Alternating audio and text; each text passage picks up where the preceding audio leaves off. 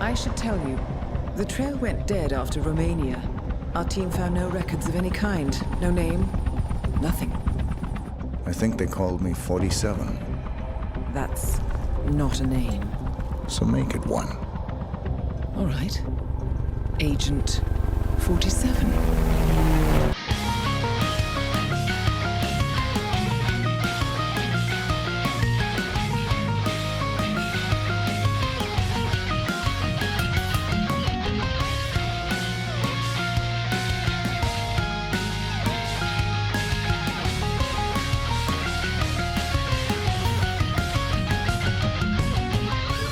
This is your gift and your curse.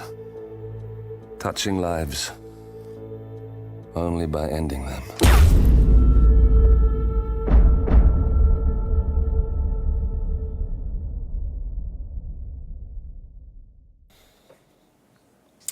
Welcome everyone to our latest episode of The Testing Room, where three of the gaming industry's best video game consultants bring you new topics each and every week. As always, I'm Alex, aka the Godfather. I'm Christian, aka Sudoku45. I'm Preston, a.k.a. Funkadelic Jedi. Yeah, and I just want to say, boys, fall is officially here. Everyone has released their pumpkin spice flavors. Yeah, my sister told me that. She's like, it got cool in St. Louis and pumpkin spice dropped. She's like, it's my fucking day. I'm like, all right. Yep. You can always know whenever white women fall is here because Alex will be the first to let you know. Yes. I know. People like...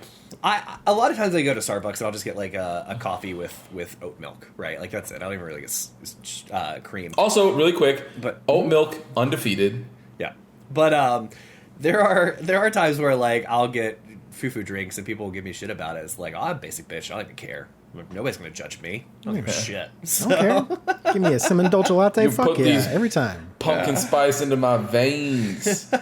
Pumpkin spice actually isn't my jam. That's Allie's thing. But That's dude, Alexa's thing. She loves pumpkin spice. It's really not my thing, but wintertime, dude, with like the peppermint mochas and other stuff, like, oh boy, They have a gingerbread latte. Real good. Real good. Last year they did like some sort of praline like latte. It was like caramel and praline or something. It was incredible too. So, you know. Anyway, fall. I'm excited about fall. I was telling somebody this yesterday or the day before. I thrive in fall because I'm a big guy. I sweat a lot. Hot, humid summer is not Alex time. I like a hoodie and it's cool weather. Hoodie and weather is the best weather. I feel you. It's the best weather. The problem is that you have consistently decided to live in hell every chance you get. It's not me making those choices. No. Yeah. But like on top of like hoodie and stuff, like in the fall I have soccer just started back up. EPL started last weekend, so like now I have, as soon as this Leagues Cup is over, I have MLS, like EPL on the Saturday morning, MLS Saturday afternoon, like EPL or football on Sunday. Like fall's a great time. It's a good time. You know, holidays are coming up. Christmas trees are around the corner. Like, you know. Anyway, Down for it. we are here today. So let's do what we always do. Let's kick things off over in Preston's comment corner. No comments, but we can comment on something. Did either of you boys watch any of the Gamescom coverage, opening night live? Shindig? No, I did not watch the Keeley extravaganza. Right. Well, you'll get my favorite highlights. Stupid work stuff. Okay, Great. Well, I know, Christian, that you've seen it. Monster Hunter Wilds had a little section there. They showed off one of the new monsters.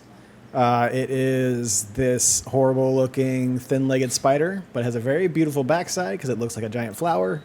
But You would be concerned about its backside? Concerned about everybody's backside. But it'll give Kristen nightmares for at least the next. I hated it. Yeah, I hated it. But they also, that do- game looks they do incredible. big- I can't. I can't wait. They do all creatures so well. They do big creatures so well. But even still, like, we don't need spiders. Like, the last Scarlet had spiders or whatever, like, whatever the game was, right? Rise, Scarlet. Fucking Rise. Pokemon. No, what was the second one? The Rise expansion. It's not Daybreak or Sunbreak. Sunbreak. That's what it was. I know. Freaking Pokemon on the mind, apparently. So yeah, but they did spiders well, but they were still terrifying. I didn't need to look at them. Yeah. But you know what they did in that game? They said, "Look, we know you're not going to love these spiders. We'll make them cool. But you're not going to love it. So what we'll do instead is we'll make you hate something more. And you're like, how could we hate anything more than a spider? And they go, we're just going to give you a floppy dick. Floppy dick monster. Uncircumcised monster. The problem is, here's the thing. Monster Hunter has been relegated to handhelds for most of its life, and it spent so long creating a cast of monsters that really they got freaky as all hell towards the end there, like with like Ultimate and like 3, or like there was tons of shit like monsters that you were just like, you would open up the game and it's like, yeah, there's 120 monsters in this thing. You're like, that's too many. But also, Jesus Christ, there's like some of these are jobbers. Like this is you really phoned in here. But some of them are freaks, and there's the So what's funny is like World comes out, and that's like a entry point for a lot of people. It's your guys' entry point. Like it's an entry point for a lot of people. I played. That's the one that I played the most. That's the one I played the most. Yeah, you dabbled in the Wii U one. Yeah. But it's a lot of entry. It's an entry point for a lot of people. Yeah. Well, like because they were using a new engine and all that other stuff. With World, they had to redo all the skeletal structures for a lot of the monsters. So a lot of the old freaks couldn't make it in because it's just a lot of work. That's why they went. It was a lot of development time. They went very four-legged dragon or something like that. Yeah, they went with the most well-known ones, the ones that the staples that everybody knows. Get the and basic slowly but structures. surely, between World and Iceborne and Rise and Sunbreak, they're like, all right, now that we've got a lot of these skeletal meshes figured out, it's time for the freaks to come back. And here we are. It is bonkers the way they make some of those monsters so good. Like the crabs in the game, you're like, I don't know that I've ever really wanted to fight a big ass crab in some sort of game, and then you come up against. But then Capcom was like, well, what about a samurai crab? And you're like, yeah. I'm listening. yeah. That's exactly what happened. And then we got a couple other announcements. Borderlands 4 was officially announced. I had like a little teaser trailer. It didn't really mean nothing. If you want to pull something out of it, it kind of looks like the main lady, I forget her name right now, but the Phoenix lady essentially teleporting a planet somewhere and breaking into like maybe some multidimensional thing, and that could be Earth that the mask landed on, but it also shows a robot hand. Who knows? But it's coming out next year, which I thought was pretty surprising. I know it's been in development, but can I say that if it wasn't for the flop I don't care. nobody would. And and here's the thing: like every Borderlands game, like they are popular, but like there is declining. Kind of like Saints Row, there is declining 3 user was base, not right? the most well reviewed. And it pisses me off that because of the flop, now even the creator and the creative director for the video game come out and like joke about the movie and are like, "Oh, you guys hated the movie, but it's making everybody look forward to the game." And it's like, that's not what he said, because Randy Pitchford's a scumbag, so I want to get his quote right.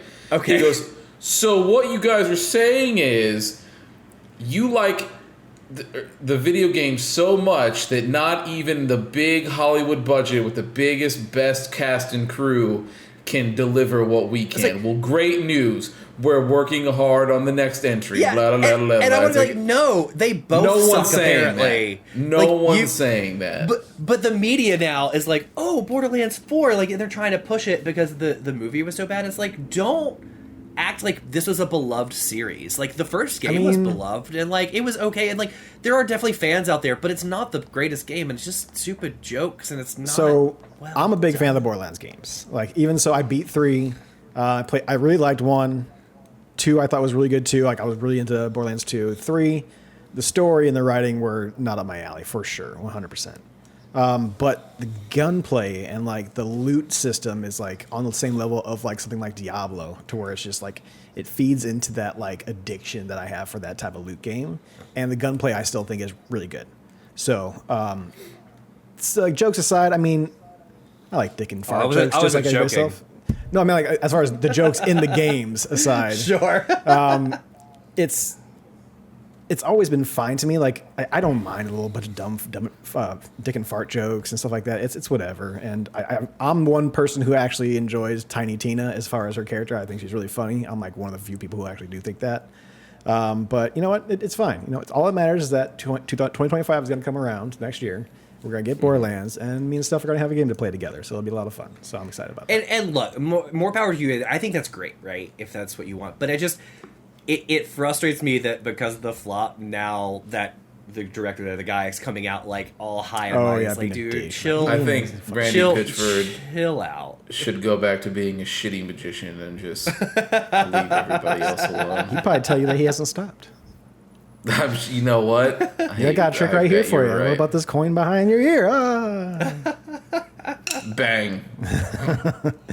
Other than that, Peter Molyneux crawled out of his mobile game development cave, graced us with his presence. The lie cave where he just tells lies constantly about everything. How he comes out on stage and jokes about, like, where have I been? He's like, making these mobile games. What have I been doing? And I'm like, yeah, you wasted a lot of time trying to make some money off of some mobile games. But you also didn't even. It doesn't matter. No, it doesn't. Didn't he get in some shit? Not like bad stuff, but like wasn't his thing like I'm gonna make this like profound like God game, right? And it's supposed to be like groundbreaking. You do more than you ever think. That's what he showed off. That's what he started his career on. So he started.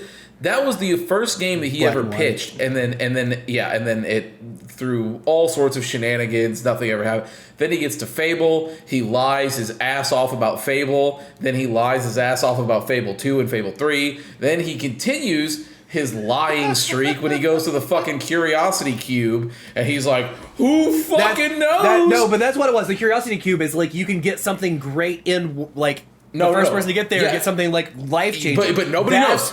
That's what it was. Whoever gets to the center of the cube, you just sit there and fucking tap away at your cube, and millions of people, hundreds, billions of people are tapping on this cube all at the same time. Who knows? But if you get to be the lucky person to get to the middle of the cube, it could be life changing. And then it was. Guess what?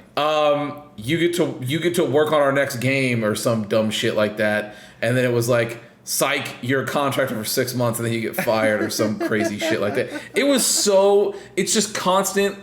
Go ahead, sorry, Brett. I can't wait to find out what new ways he's figured out to fib to the entire world. So his next game is Masters of Albion.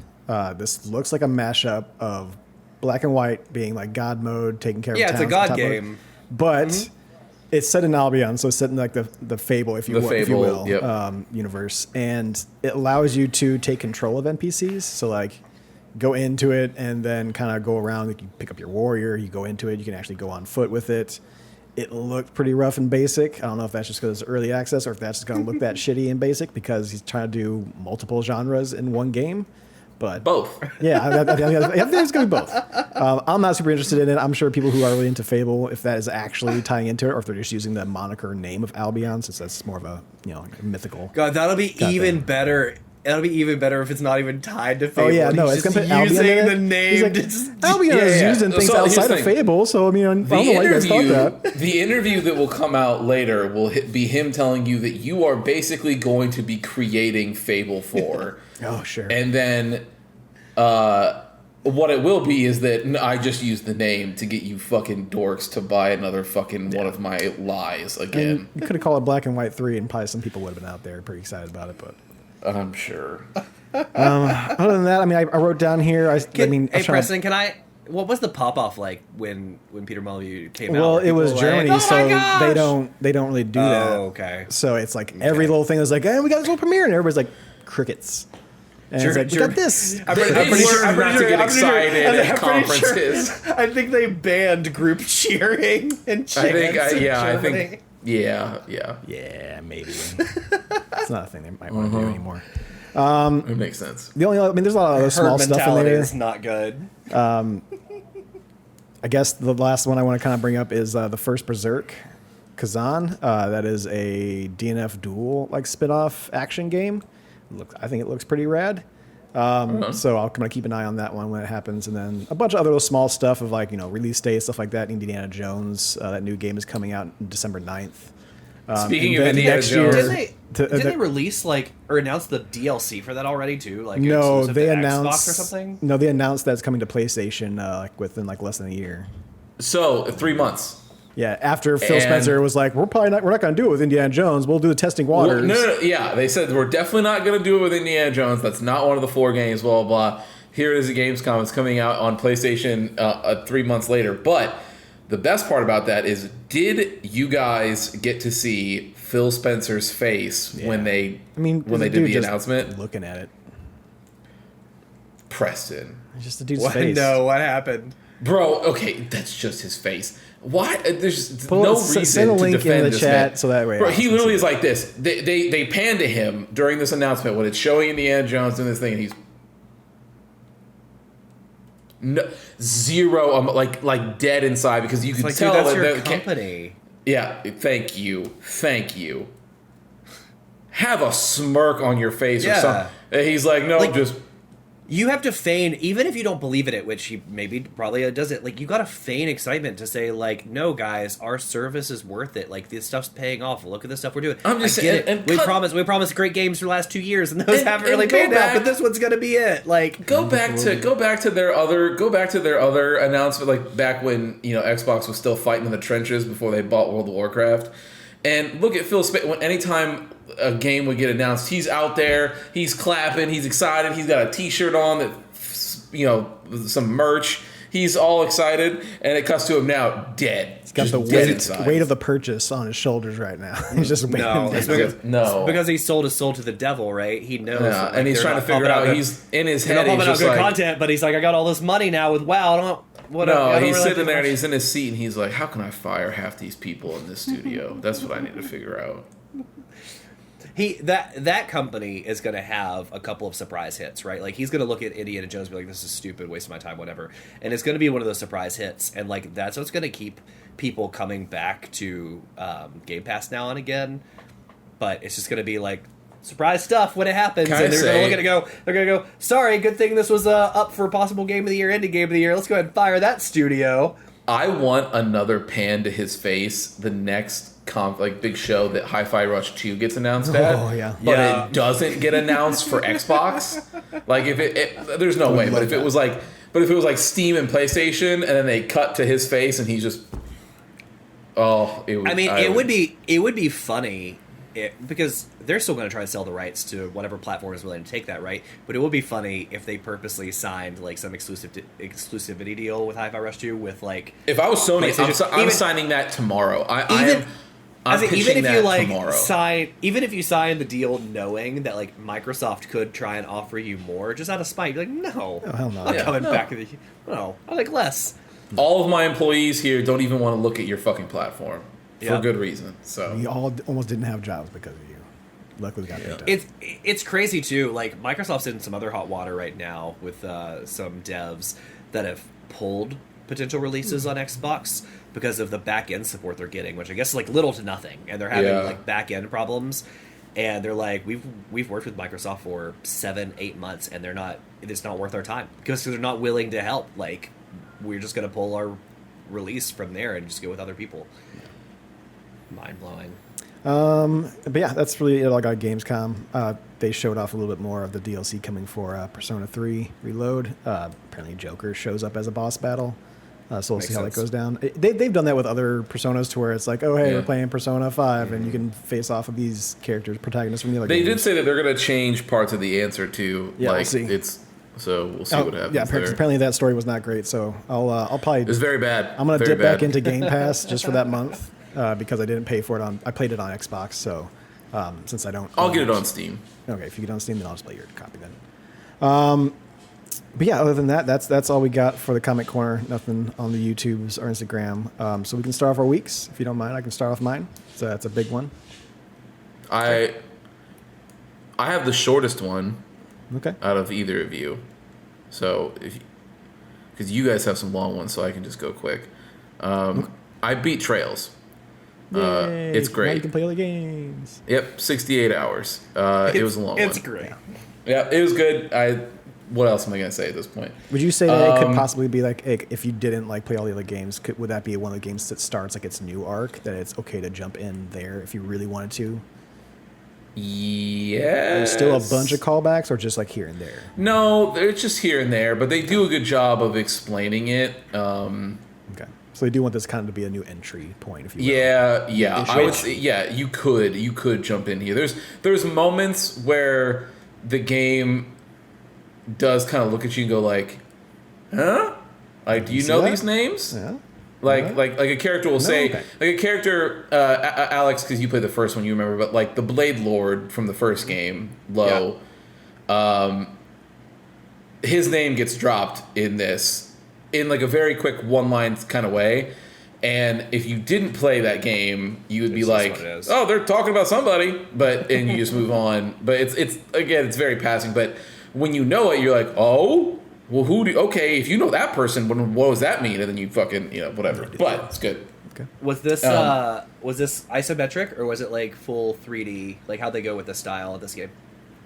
No, it's the same, or it's a beefed up engine of the Cold Steel game. So it's a full 3D. Everything looks nice and pretty and shiny and has ray tracing stuff in it, and all sorts of stuff. It's a full thing. I'm trying to. That's it for that. Play Trails. It's 800 hours of games at this point. Sure. So the next thing I started playing, and I'm close to finishing, I believe, is I know it was one of Preston's games that he wanted us all to play You are before the close end of to the year. finishing it. Yeah. So I played Nine Souls. I just beat the twins today. So you're definitely in the last fourth, if not like. According to when I looked up, I've got Closer, 3 probably, bosses left. So one mini boss and then 2 regular ones. I barely count those mini bosses. Yeah. I'm just their names I don't have unlocked yet in the battle log. So, that game is interesting. How's it feel? How you liking? It feels good. I do think it feels good. I think there's a couple things that it being a Metroidvania, I wish it had. Yeah. That it does not. So like marking on the map, I wish I could just like mark things like, hey, come back to this later, or here's one of those entrances or exits that you can't use right now that you can come back and get later. I hate that. What's the other one? Oh, I think waiting until the back fourth of the game to give me a double jump is bananas. Like, I have never seen a Metroidvania do that. Didn't you call that a criminal or like a sin or something? I did. I said it was a sin. Yeah. It's one of the sins. Yeah, I that one and marking the maps. I have also figured out through this game that I need to not play a Souls-like for a very long time. It's just kind of wearing you down. I said, well, no, not just wearing me down, but it's like where Marvel was at for me, where I'm just like, I get it. Yeah, like not oversaturated. Yeah, but like, it's not like the Marvel problem where like all of this is just bad and it's like I'm not having a good time. Like Nine Souls is good. I'm just like, I go to fight a boss, and then like the second form pops up, and I'm like, I get it. And then with Lady Ethereal, it's like there's the third form. You're like, like you're just like, I'm shocked that you have another. Why wouldn't you? Because every single one of you motherfuckers gets this many. Like it's just, and not even them. Like across the whole genre. Like it's just everything. It's like even in Sekiro, like the big pop off moment for people, like when you kill like the great ape or whatever, and you're like, yeah, I did it. I cut his head off, and then it's like holds it, and then he picks it back up, does the whole thing, and you're just like, I mean, okay, yep, let's Sure, do this I guess you again. have to do that right now. on, yeah. Like you're just, as opposed to back in the day. To be fair, I think your experience with the second like phase is different than the pop off everybody had with the monkey head. Because to be fair, that's pretty fucking cool. It is. No, that's what I'm getting at. That's what I'm saying. Is that it's not. Okay. They're not bad. Like it's not. Nothing is wrong with it. It's just that I've played every single one of these games. Like, and so it's a me problem. It's not a games problem, but it's a me problem where, like, it happens. Like even in the Sekiro one, when I knew it was like a cool moment, I'm just like, all right, yep, I get it. I'm more surprised now when it doesn't happen. Like, I'll tell you, the Nine Souls surprise I had was and I was on, Preston, you hadn't hopped on yet, but it was when I walked into the room that you get to before the twins, where you get the brother's seal, because he's already succumbed to the space cancer, so he's dead. Yeah. And Spoilers, I guess. But Face cancer. that's what it is. That is the plot of this game. And but you just get his seal because he's been gone. And so I went, oh, neat. Thank you. Something different. Yeah. I was like, shit, right on, cool. Like, because, but that's the problem, is that I was like, that one was the surprise for me. Whereas, I was like, man, I gotta, the next time that there's a Souls-like game, I'm just gonna be like, yeah, I gotta miss that one for a little while, and I'll come back, because like between it's just Elden Ring and it's DLC and then it's just, yeah, but good time. I'm sure I'll have that finished within the next couple days. You'll have it. I mean, if you have a chance to play it all tomorrow, you'll have it beat tomorrow. I might even be able to play it tonight because Alexa's going out for a birthday tonight, so I'll probably be on kind of late. So I might be able to finish it tonight, which would be cool. And then I played the game here to talk about. So and Preston, I saw Alien Romulus, but we can talk about that during his week. Was it good? Good. I'll wait till Preston's week, but it was good. Yes, but we can talk more about it in Preston's week. So I don't want to. Well, Preston, if you just want to go, then let's start with Alien Romulus. Then Sure. Okay. Yeah, let's do it. Yeah. So Alien Romulus. If you saw a trailer and you thought like, hey, I like the tone of this, I like the feel of this, you're gonna go into that movie, enjoy yourself. It's got everything that you would want out of an Alien movie. It went back to the old formula of like they're going with like the more working class, while the more recent ones have been more scientists and more upper class people. This kind of makes it more grounded, and the actors in it do a phenomenal job. Man, dude, that cast is There's an android strong in there that has like its own quirks, just like an older android, and they do a really good job of how like an android would like kind of malfunction a little bit, just kind of how like a human brain malfunctions almost. Not only that, but man, there's moments. So they do it really well in Alien Isolation as well, but there's things that you can make androids do, especially that have a human-like AI, like how they do in the Alien universe, that creates a very unsettling feeling. Like, like in horror films, there's always the head tilt that something creepy can do that you're like, I don't like that. Yeah, you're like, nope, I'm fine. Nope, whatever it is that you got going on, I don't want no part of it. When androids do that, when they're trying to like assume like intent or like figuring out what a person is saying, it's one of those moments. It's a similar kind of thing where, like Preston's point, there's movements that this guy will have or like quirks that his character will do that you're like, oof, this is, you're giving me the heebie-jeebies, buddy. By that person. Fantastic acting by that person. And then there's only like one like little quip or concern I have with it is that.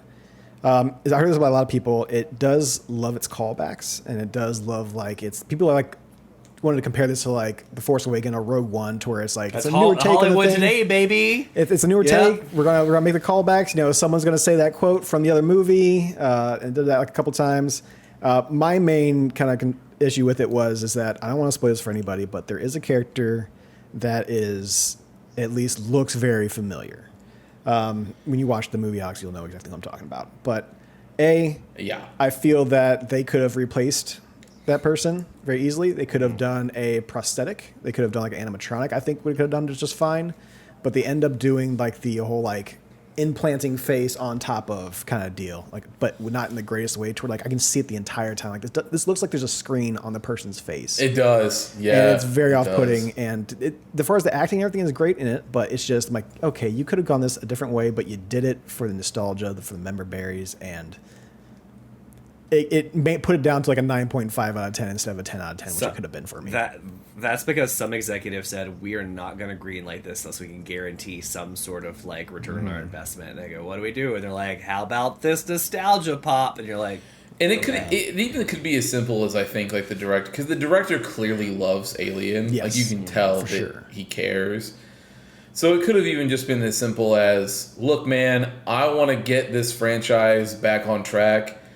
And so I'm going to do a nice reset for the universe. So I'm going to make a couple callbacks here to sort of nod and close things off and then let the future go. So we'll see. I think. But is that true? So like I heard, because the internet's going to internet, that this is like a tie. I don't know what it does, but it's like a tie together movie. Like it actually does fit. So it's all not the like shit putting that to I bed. watched online, it not putting is to said bed that an this is old part of the one. timeline. There's so many videos out there on YouTube Right. in front of me. Yeah. So this is supposed to be in between 1 and 2 as far as aliens.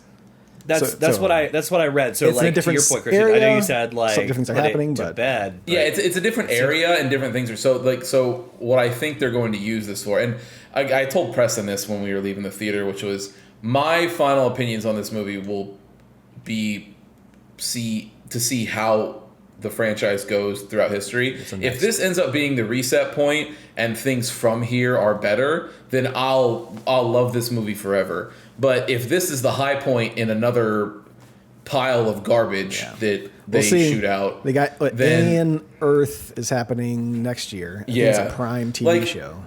To Preston's point, like the ending, it sets itself up in a way that because this happens in a completely different area and is doing its own thing, and they've like, you have an ability now to be like, cool, we've touched on things from the last set of movies. Like we don't need to worry about that stuff anymore. You can just work We've around got it. our own thing now, Work around it. and now we're in a different part of the universe, Galaxies and they've are got very their own big. problems to deal Yep. with, and we can focus on this and move forward.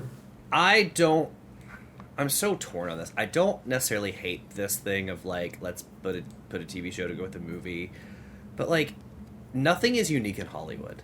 Everything is just a trend that everyone hops on, right? Because you're doing it with the Dune thing, the Dune movies. Now you have the Dune TV show. And of course, we had Lord of the Rings movies. So the TV show's coming later, but like Dune's doing it together, and now Alien's doing it together. And like I don't necessarily hate it, but there's just always something that brings down the franchise when Just you do wants that. to Because like get something's more. not. Hey, Everybody wants to get more, which means quality goes down when all you care about is that revenue, man. that problem churning is out. that late stage capitalism kills art, baby. That's what it is. Yeah. The TV show is being I'm made by excited- the guy who did Legion, so I hope it's good. Yeah, I like like I don't. Legion. I'm not. Yeah, it's just. Legion season 1 was incredible. Season 2 was pretty good. 3, I don't recall watching actually. I'm sure I did. I still liked it. So Yeah. yeah, that's fine. Other than that, I'll just keep on going with what I watched. I did watch the newer Hitman movie, not the one that's not based on the game, but the one based on the game. Wait, is the newer? I was reading about the newer one. The newer one has some bonkers stuff in it. Of like, As far as like what happens in there, and it's like story wise, like there's a girl in there who pretty much has a beautiful mind going on in her head the entire time. So like because she was bred to be like the most perfect human and was bred by the person who made the Hitman agents. And so she's the perfect version of him. So all of a sudden some shit goes down and you see these fucking numbers and shit going around in her head and she fucking figures out how to take care of it. And it's... Can I say I love that nobody in the film industry has ever figured out a better way to do somebody doing calculations in their head than just shooting numbers at the screen? It's not numbers, but like there's like a lot of flashing things happening. Like it's the mind Like is going. square roots and logarithms, and they're flying. There's like they're. But the only thing I would bring, these are all just action movies. If you want a fun action movie, feel free to put in the background. But there's so many more action movies out there that are much better than these. The thing that I hate the most out of these are, for some reason, they always have to have a female in the role of something to make the hitman more human or to bring him out of his like cold state. I'm like, no. If you give me a Hitman movie, make him the badass assassin the entire way through. Maybe he breaks the character a little bit and has like a little bitty smile like right towards the end or something like that. But like, no, make him a badass, keep him a badass, and don't be bringing this because he's supposed to be trained and like raised as like this ultimate killer. So like there should be no weakness there. But everyone's like, he's human just like Preston, us. But Preston, you because know, we're all ladies men and are we like feel that. human. All men, what men are weakness like is that. that? That's ultimate all- manly man if you can kill and pull tail. Like Yeah, that's, all men are like that until they meet the softness of a woman's touch, and then they finally are able to settle down. Until it's all gay. he's gonna break that intelligent female, and she's gonna be in the house making dinner after the assassinations. That's exactly. She'll know how to make it perfectly because she's the perfect specimen, right? Yeah. Yeah, it'll be the best stack of pancakes he's ever had. Exactly. Overall, I do not recommend either of those movies. Shocking. Who could have seen this coming? Going into games, I beat 3, including the game we're talking about tonight. So Damn. I know We had big weeks. All right. putting in fucking work. So finally beat 9 Souls. I had a couple more sessions afterwards, and it got to the point which was like phase 2. I'm like, I'm kind of getting this. I figured out how to get past that one like little combo. I'm like, oh, I got that. Oh, I got her other combo now. I'm like, okay, I can do this. And I set myself a time because I got to go to bed now because I wake up early. So like I got to set a time where I got to go start heading to bed. And I'm like, no. I give myself another half an hour. I have this. I fucking got this. And like the next attempt, I got it. And I just felt so good. Slept like a baby that night. I'm sure I explained very well. I felt very proud of myself. And you beat games. But like this is one where I'm like, I felt very accomplished in beating. Did not take it down the story mode. Everybody remembers their first Souls. Yeah, I'm telling you. Yep. So it's been in the head of like, do I want to try another one?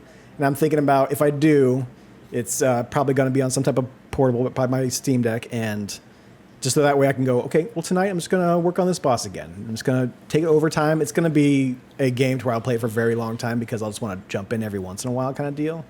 But yeah, we'll see what I want. I'm going to take a break from those games though right now though. I say if you're thinking about doing another one, I think you should listen to Christian. I know. I hear Bloodborne. And there's a reason, right? Because like everybody wants to now go to Elden Ring and stuff, but like some of these games are so overwhelming. If you want a tight experience that you can, to your point, pick up and put down, you don't have to remember what I was doing the last time in Bloodborne. It's very linear with the maps. They all circle back on themselves. Like, it is a good one to pick up and put down and play that way. I might. Who knows? We'll see when we get there. Because right now, your boy's taking a break because it was a lot on the mind. But it was worth it for sure. I've played and beat Pepper Grinder. It's a quick, I mentioned you last time, a little quick game. I think it took me like just about 3 hours to beat. But it is super fun all the way through. It's an incredible platforming game that involves drilling and kind of digging around and stuff like that. So it's Pepper Grinder. It's a girl who gets this like big giant drill on her arm, so she can go into the ground. You can kind of shoot up and hit enemies. Very cool design. Yeah, and there's even one part to where there's like you got like trucks running through, and you're kind of going through the sand on those trucks, kind of jumping out of those and getting to other ones. You got to grapple. But it's a lot of fun. Since it's only 3 hours, it doesn't overstay its welcome for sure. And doesn't like repeat itself too much. That last boss battle was pretty freaking crazy. So I'm curious to see if any of you guys just touch it because it's, like I said, it's super short. If you guys have a flight or something like that and you're going somewhere for like the weekend or whatever, feel free to pick that up. You can beat it within. It did come out this year. Jet setters do you think we are? Just like hopping on flights for the go weekend? On planes like every other week. Yeah, for work, not just like you can bring your Steam Deck. Hop on this like little short jaunt if over to the lake to go onto a flight. I'm going to the Maldives this weekend, but I'll see you back soon. Well, you guys bougie. What do you want? Alex is bougie. Yeah, but no, it's a great game. If you want a quick, fun platformer, yeah, right. If you want a good platformer, Pepper Grinder is probably the best one so far I played this year. Still playing Zoneless.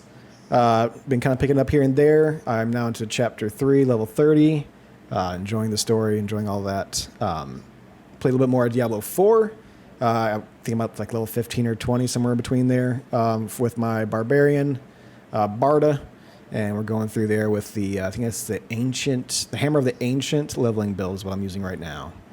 So it's a lot of pokies that I can get at, kind of dashes. I got to give him a pokey poke, and you fill up your rage meter or whatever, the fury meter, and I can bring down some hammers. I got some like buffs and stuff like that. Which Christian, if we play together, there are 2 items I have or 2 moves that I have or skills that will just give us buffs. Like we're regenerating the secondary stuff or giving us more damage and stuff like that. So that's pretty cool. So yeah, I'm liking Barbarian. It's definitely a giant leap from going to Necromancer, stay back, don't get hit, to Barbarian, just fucking take it.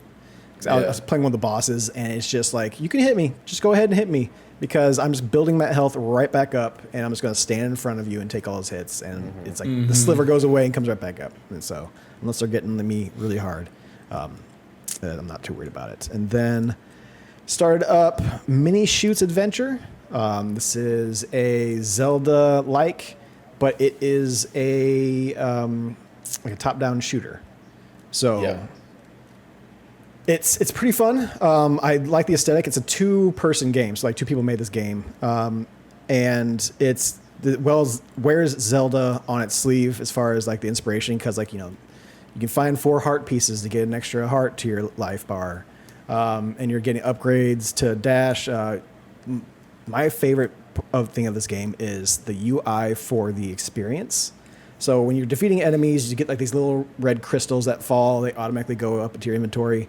But in the top left, there's like this little diamond-shaped thing where all like the crystals fall into. And it's very like physics-based to where like you get as many crystals as you get, and it just dumps into there, and they kind of fall in like ends like a hourglass kind of look to it. It's incredibly satisfying for a UI design. I like it a lot. I like it a lot. It's a very good idea. But yeah, I'm playing through that. I'm at a third of the 4 dungeons right now. Another short game. I think they kind of put it around 8 to 10 hours. I'm getting a little stuck because they're really putting the work in on you as far as bullet hell that's happening. So like I'm getting to a boss battle to where it's just like, okay, we'll spawn these enemies, you kill them, we'll spawn some more enemies.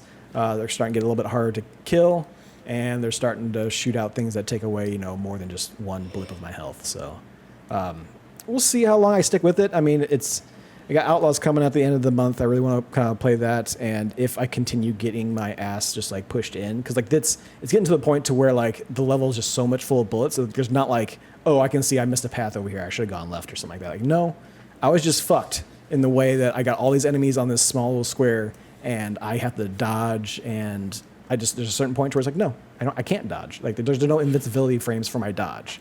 It's just move out of the way. Do you know? Because I saw Spencer have like a similar, because like the old Zelda games, there's like sometimes hidden things that you can go find for extra power ups or different things. Is there nothing like you're fully explored at the moment? It's just this boss is just. Yeah, as far as the exploration, like there's sometimes I get a little bit turned around because obviously you can't do the ramps until you get your boost power up. And sometimes you got to hit other switches, and you got to get like the super shot to be able to break down these barriers, to hit that switch or this switch, or to light these like fires, these torches. So it didn't really hold me back too much if I just played around with it a little bit. The levels aren't giant, so you can just kind of swing yourself back around everywhere to kind of get an idea like, okay, well, I've definitely covered all this area. And eventually I got to there, so I didn't really have a problem with not being able to find anything. But it does have like a lot of hidden areas to where it's like, okay, this looks like the top of a building, but if you keep going down, there's actually like a hole in this section to where you can get into a cave, and you get like yourself a little power up, or you get yourself, a little heart piece or something like that. So it's fun. If a Zelda bullet hell top-down shooter sounds fun to you, it's definitely worth it. It's a super cheap game, super short game, and you'll be supporting an independent dev that has only 2 people worked on this game, so it's pretty good for that. Other than that, no more other games. I did watch one more thing I want to mention. If you're a fan of no-clip documentaries and you really liked the game Dredge last year, they have a 45-minute design documentary on Dredge that is very, very good. It's very, very interesting. So if you kind of want to see that for sure, if you want to see what they were thinking and how they developed the game all together, it is very well done. So it's a good watch. But yeah, other than that, that's my week. nice. Big one. We didn't talk about this, and I didn't see your guys' replies in Instagram. But what was your initial take on the shorts of the video games turned shorts? Love, Death, and Robots. Secret Level, I think it's what it's called, isn't it? Yeah. I'm what do you guys think about that? 1000% stoked. Like I love Blur Studios. They've done amazing work. Period. Like everything I've seen of them, I just love immensely. One of the lead guys came out on stage. I've seen him on VFX Arcs React a lot. He got out there and he got actually pretty emotional because he's like super into games, and this is like a dream project for him to where like he had like stop and pause for a second because he was getting so emotional. But good on him. Like he's living the dream right now, and that studio is doing amazing work, and they're all doing exactly what they love. And now because they got this project, they're able to like dip their toes into all these different games that they love. Like there's going to be like their own version of Mega Man, Pac-Man, God of War. Christian gets all this shit. Christian gets the nicest guy on the planet powering a Armored Core at one point. Keanu Reeves in Armored Core. Is like in what the the heck? Armored Core short. Warhammer one, dude. Yeah. Yeah, from my opinion, like I think that the Love, Death, and Robots thing was great. I think anthologies are always awesome. Yeah. Like Star Wars or Star Wars Legends. Is that what it was? Or Visions? Yeah. Animatrix. Same thing with same thing with that. I think anthologies are great because it's just.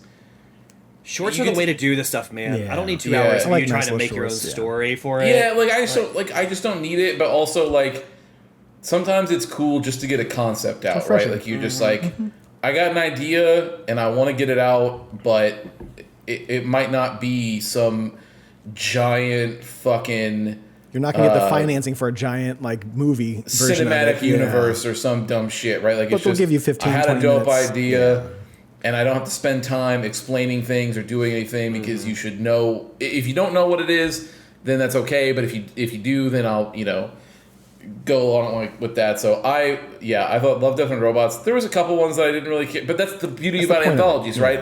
Is that you there could be an episode that you're like, man, didn't really do it for me, and then there's another one that you're like, that was one of the coolest ones I've seen. Like, it's just great, right? So I'm stoked when I saw this from the Love, Death, and Robots people because like I've watched all 5 seasons or whatever. Like those things are incredible. Fantastic. did I tell you guys how I saw all of that in one No. sitting? I don't think so. No, you watched them all just like in a day. So you guys I mean, both have, they're between like 5 and 11 minutes. Like they're not long. Like, no, but yeah. So you guys know my cousin, and during Alexa's bachelorette party the night before, because his wife was also there at that party. The night before, though, my cousin and I were at his house because I was staying there. Because I was like, well, I'm not going to pay for a hotel. Like, that's silly. I'll just sleep couch, here. And so we ended up doing, I think, somewhere in the neighborhood of like 16 old fashions. It was a lot. Too much. And so we were playing Rock Band till like 4 a.m. till his wife came home. We were stupid. Either way, fall asleep, wake up.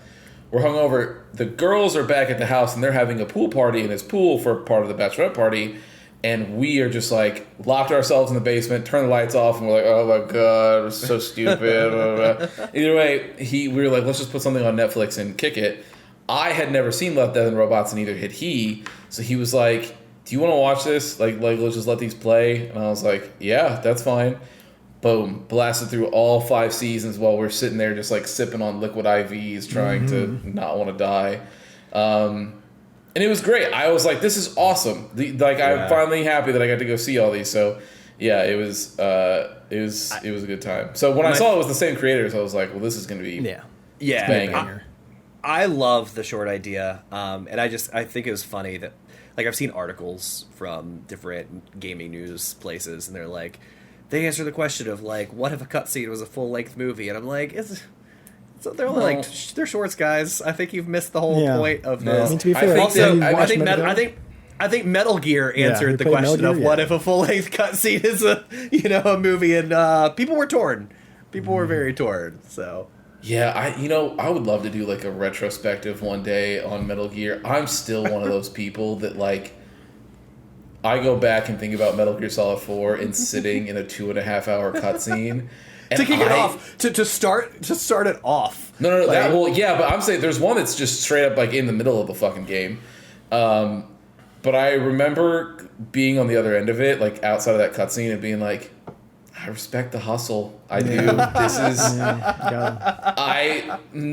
anybody else, I would be like, the fucking audacity to make me sit here. But with this one, and they got lolly lule low and other bullshit, and I'm like, like I don't know. But I was like, I respect it. I do. It's so ridiculous, funny. But yeah. All right. Well, I guess I'll go with my week. So I've had a decent week. I've had a big week. I'll tell you about it. So I had the flu last week. Allie and I got home from our lake trip. On the way home, there was a woman in front of us who was carrying the next coming of the plague, and she was like sweating, and she was like bitching about not being able to get enough air. She's like, her hands constantly up, like, oh my, it's literally it's audible, like, oh my God, I can't, it's so hot. And like, then she's just coughing like incessantly without covering her mouth or wearing a mask. And like, look, I think if you're sick, take a mask. But even if you're not, like, if you're, just be a human and cover your mouth. Like, you're taught that as a child. That's nothing crazy. And she's not, and like we're pissed, and like I'm one of those people that when we travel, she starts coughing. Like Allie and I joked about it. She's coughed, and I look over, and I just slowly pull my shirt up over my face, because like, go fuck yourself. Yeah. So I didn't think much of it, and then 2 days later, Allie and I both wake up, and we are dying. to where I'm like, we caught COVID on this trip. And we tested and all this, and we were negative on COVID, and all of a sudden the body chills hit and everything else hits, and we got the flu. We got the flu, and it was terrible. But I got a lot accomplished during me. And it was that flu. fucking woman's fault. Oh, 100%. Like, 100%. So, I'll tell you about my week. We're going to start away from, like, not on gaming and not on TV shows. And let me just tell you guys, I couldn't concentrate on much. But the one thing I could do was get my digital life in order. Okay. And let me tell you about the psychopath that I am. So, there's a new app coming in Apple software in the next version, right? It's in beta right now called Passwords. It's part of the beta software app, and I have the beta software on my computer. And Passwords, it's a great thing. We bought 1Password a while back. It's just a password app. That's all it is. Very simple. But because, like, so many of your stuff, like, on so much of my stuff's already on Apple, like, it has all my passwords. I don't have to manually enter it like I have to with those third-party things. So it's wonderful. I got on there. I had 594 passwords, and over 380 of them had a big red, "Your information has been compromised" notification. I spent 2 days going one by one, getting that from 590 something down to 214 passwords, all strong, Apple recommended, unique passwords, no more compromise. Do they not generate them for you? Yeah, like, you know how Apple, like, recommends, like, hey, here's a... Oh, okay, thing. okay. Yeah. I have all of them on those, like, 24 character, completely unique, all behind my my fingerprint and my face and all of this. I got rid of over 300 of them, and everything important is now unique. All the ones that, like, I have, like, 7 Google passwords now consolidated down to, like, the 1 Google password and stuff, and oh my gosh. So then I finished that, and I felt like the most accomplished person in the world with the flu. So I went further.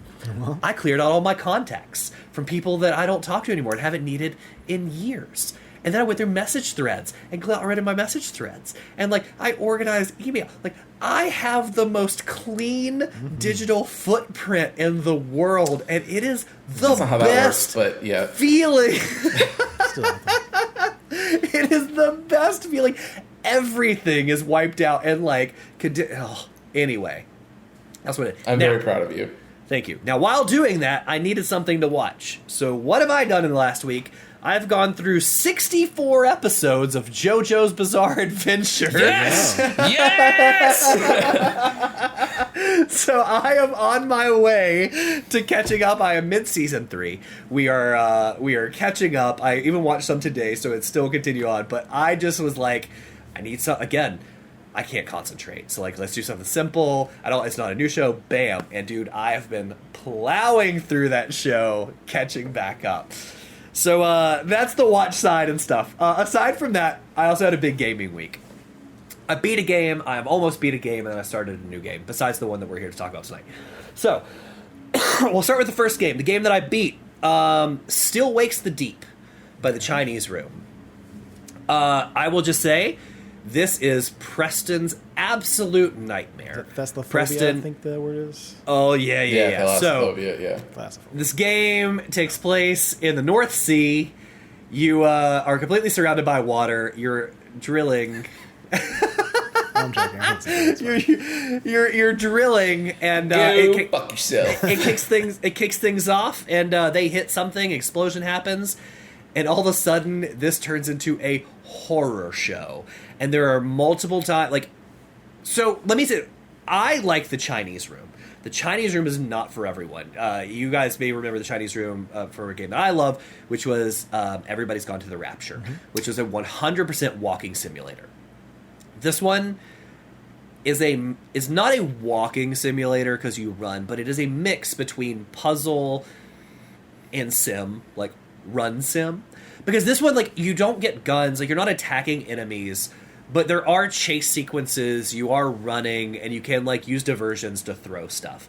So it's not as slow-paced as Everyone's Gone to the Rapture. So, Christian, like, I think you could play it. It's only, like, 6 hours long. You could knock it out in a day. You would probably enjoy it, but, like, don't expect a big, heavy action game. There's, like, chase sequences and jump scares and stuff, right? But I think they did a great job. So, essentially, what happens in this game is yeah, once the explosion happens, all hell breaks loose, and I wasn't sure what to expect. I was like, oh, it's gonna be a monster, something scary, and I don't want to give it away as far as like what it is, but these were literal unimaginable horrors that pop up. And like they were so well done. There were times where I was like, I can see them and they can't see me, and I just want to observe this thing for a minute. But there are other times where I would walk up on stuff and I would literally like pan and see something and I'd go, oh god, like whose mind did that just come from? Like I did not expect that. Very good, very Scottish. So all the people in this are Scottish. But the music is on point, the horror is on point. But like, as you're going, dude, no. So for Preston, like you're already out in the sea, and like they're deep ocean horrors. It's not like fish, like it's creatures. Stuff like and then you have to deal with like this the AI disgusting Scottish freaking accent. me out.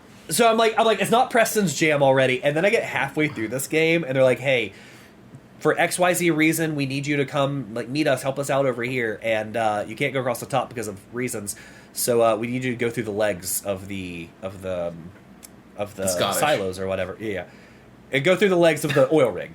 And at first, you're like walking in waist deep water, and it's like dark, and you can't see anything. And then pretty soon, they're like, well, clearly we have to swim. And there are multiple swim sequences where you're holding your breath and you're getting to the like, am I gonna make it to where I'm gonna go to, bro? You've already ruined his sleep for tonight. Just so Oh, you're that's clear. what I mean. Like it's, yeah, it is. It his nightmare. Thanks. Very good.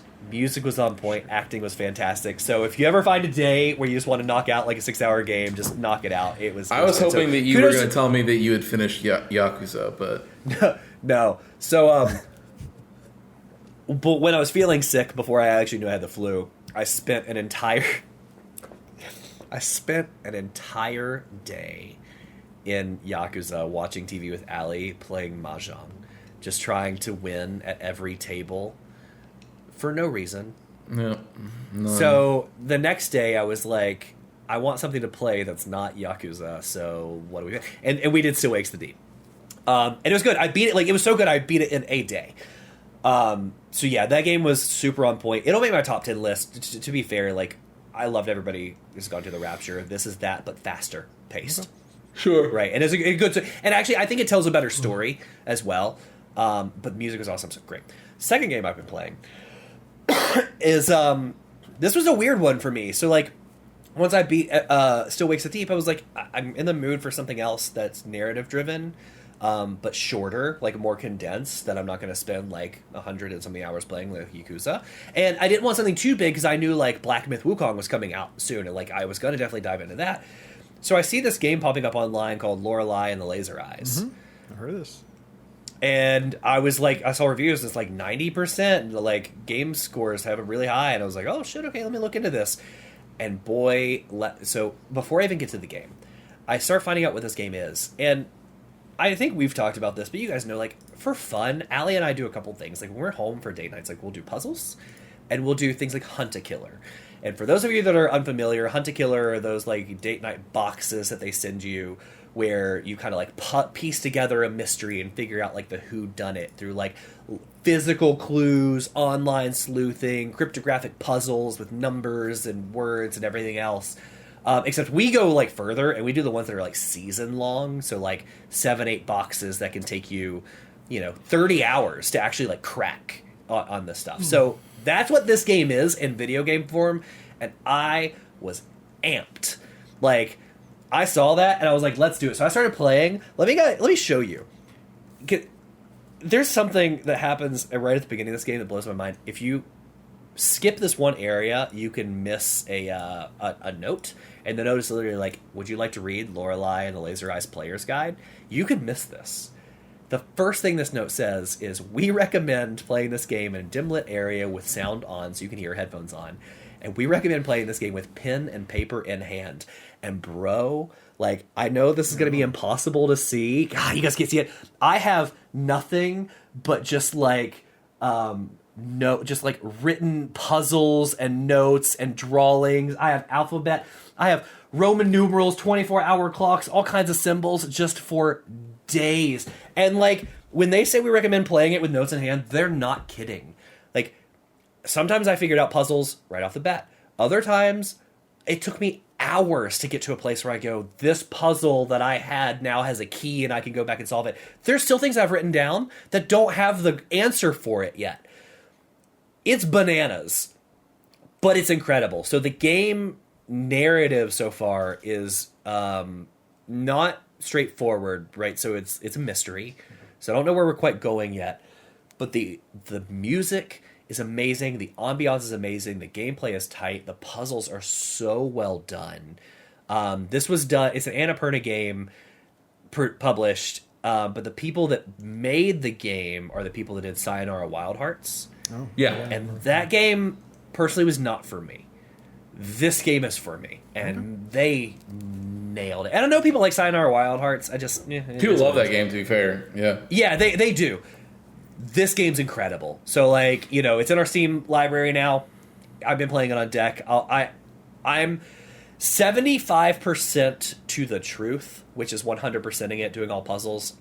The player's guide tells you straight up, like, you do not have to, like, 100% the game to beat it. You do not have to solve every puzzle Alex to like, beat the okay. game. Sure, okay. Well, yes, I know, and like, and that's the thing, right? Like, you really don't, because like you can stumble across the ending and do the right puzzles, and because it's completely open. Like, you can take different turns, or you can get a puzzle faster than I did that might open up a different area or whatever. So I would assume I'm close to beating it. Like, I'm 75% according to the game to the truth, which has to mean I'm pretty close to the end in general. Yeah. That game's dope. I absolutely say it's a play. I mean, like, there is a lot of math, there's a lot of writing, there's a lot of word puzzles and like trying to figure out ciphers and stuff. So like, if that's not your jam, I totally get it. But if you guys want to play it and put some time into it, like, it is so far really worth the Would you play. say And it's very someone unique. who enjoys The Witness would like this game? Because you putting things down on paper sounds like that. Like, gives me flashbacks to when I played The Witness, and I know someone Yeah. who loved that game. It's different than The Witness though, because The Witness is visual puzzles. Yeah. And like, that was fun, but in a different way. Because like that, you're looking the right way, and you're like, oh, now I see the pattern in doing it.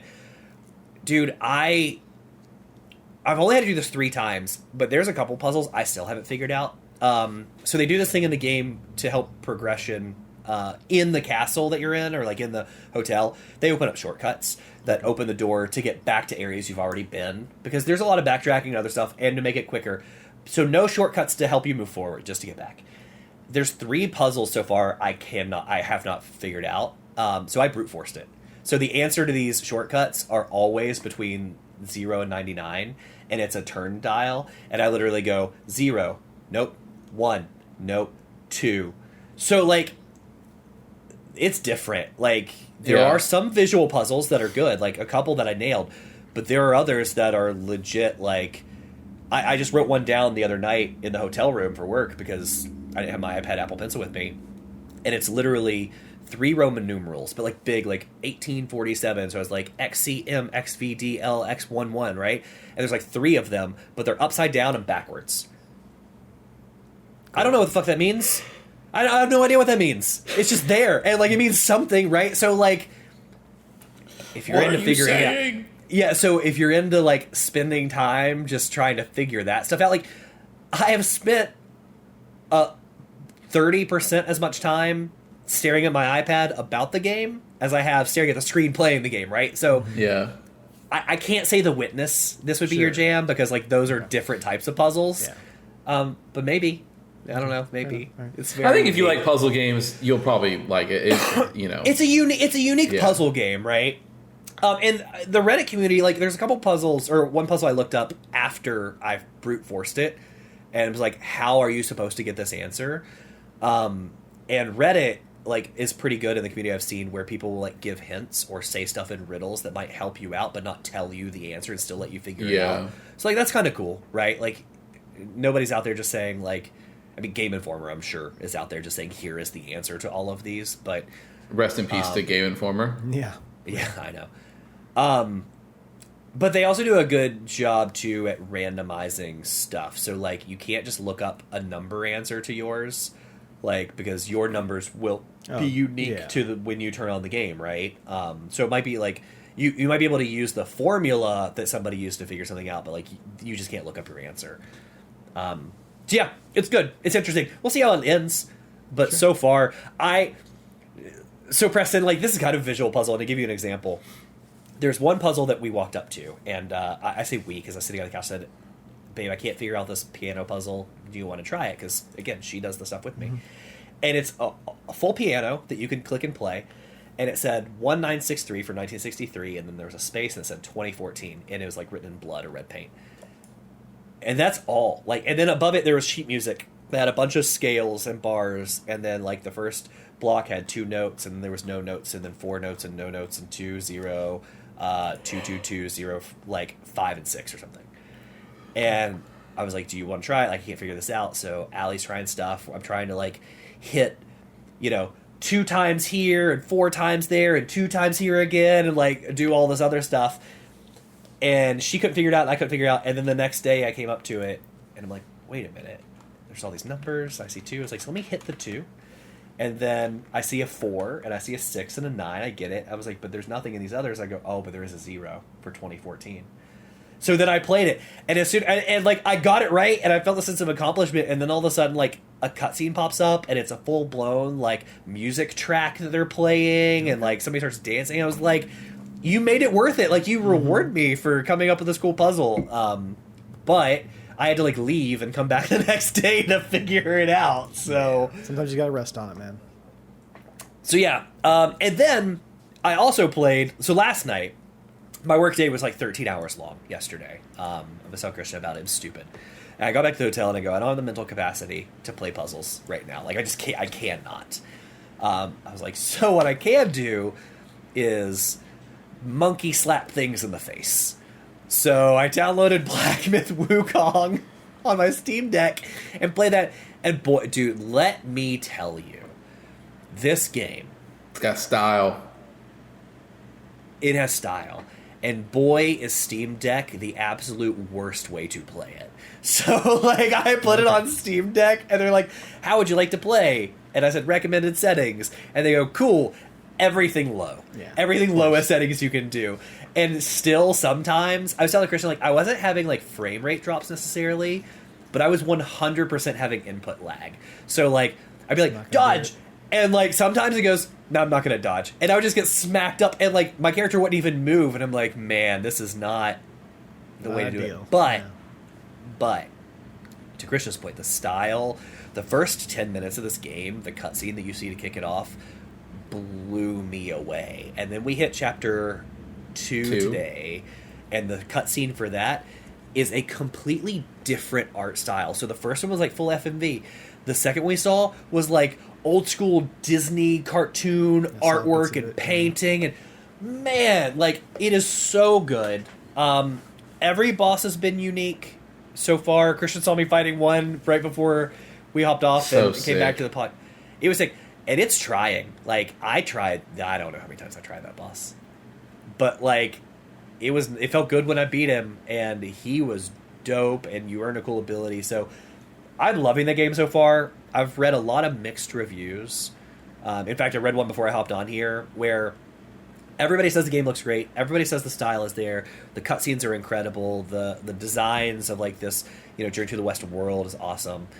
Everyone's biggest complaint is if you don't know the story, this isn't going to tell you the story. And, like, the one I was just reading, I think it was from Kotaku or something, some guy was bitching about the fact that it's disjointed. Because in Chapter 1, you end the chapter on, like, a high note. You defeat this It's like boss. an anthology almost. Yeah, and Chapter 2, all of a sudden you start out and you're on the ground in a completely different area with different characters, and you've just had the crap beat out of you. And you're just like, how did I get here? And the game's like, probably should have read the book if you want to know how you got here. So I don't have a problem with that because I'm enjoying the look and the play and the style of this. There might be a time at some point where I go, man, I wish I had more story. Context. Like, some context. But I think what I'm probably going to do is just, like, do a quick refresher and do, like, a quick video of, like, Journey to the West. Catch me up on this before I jump back in.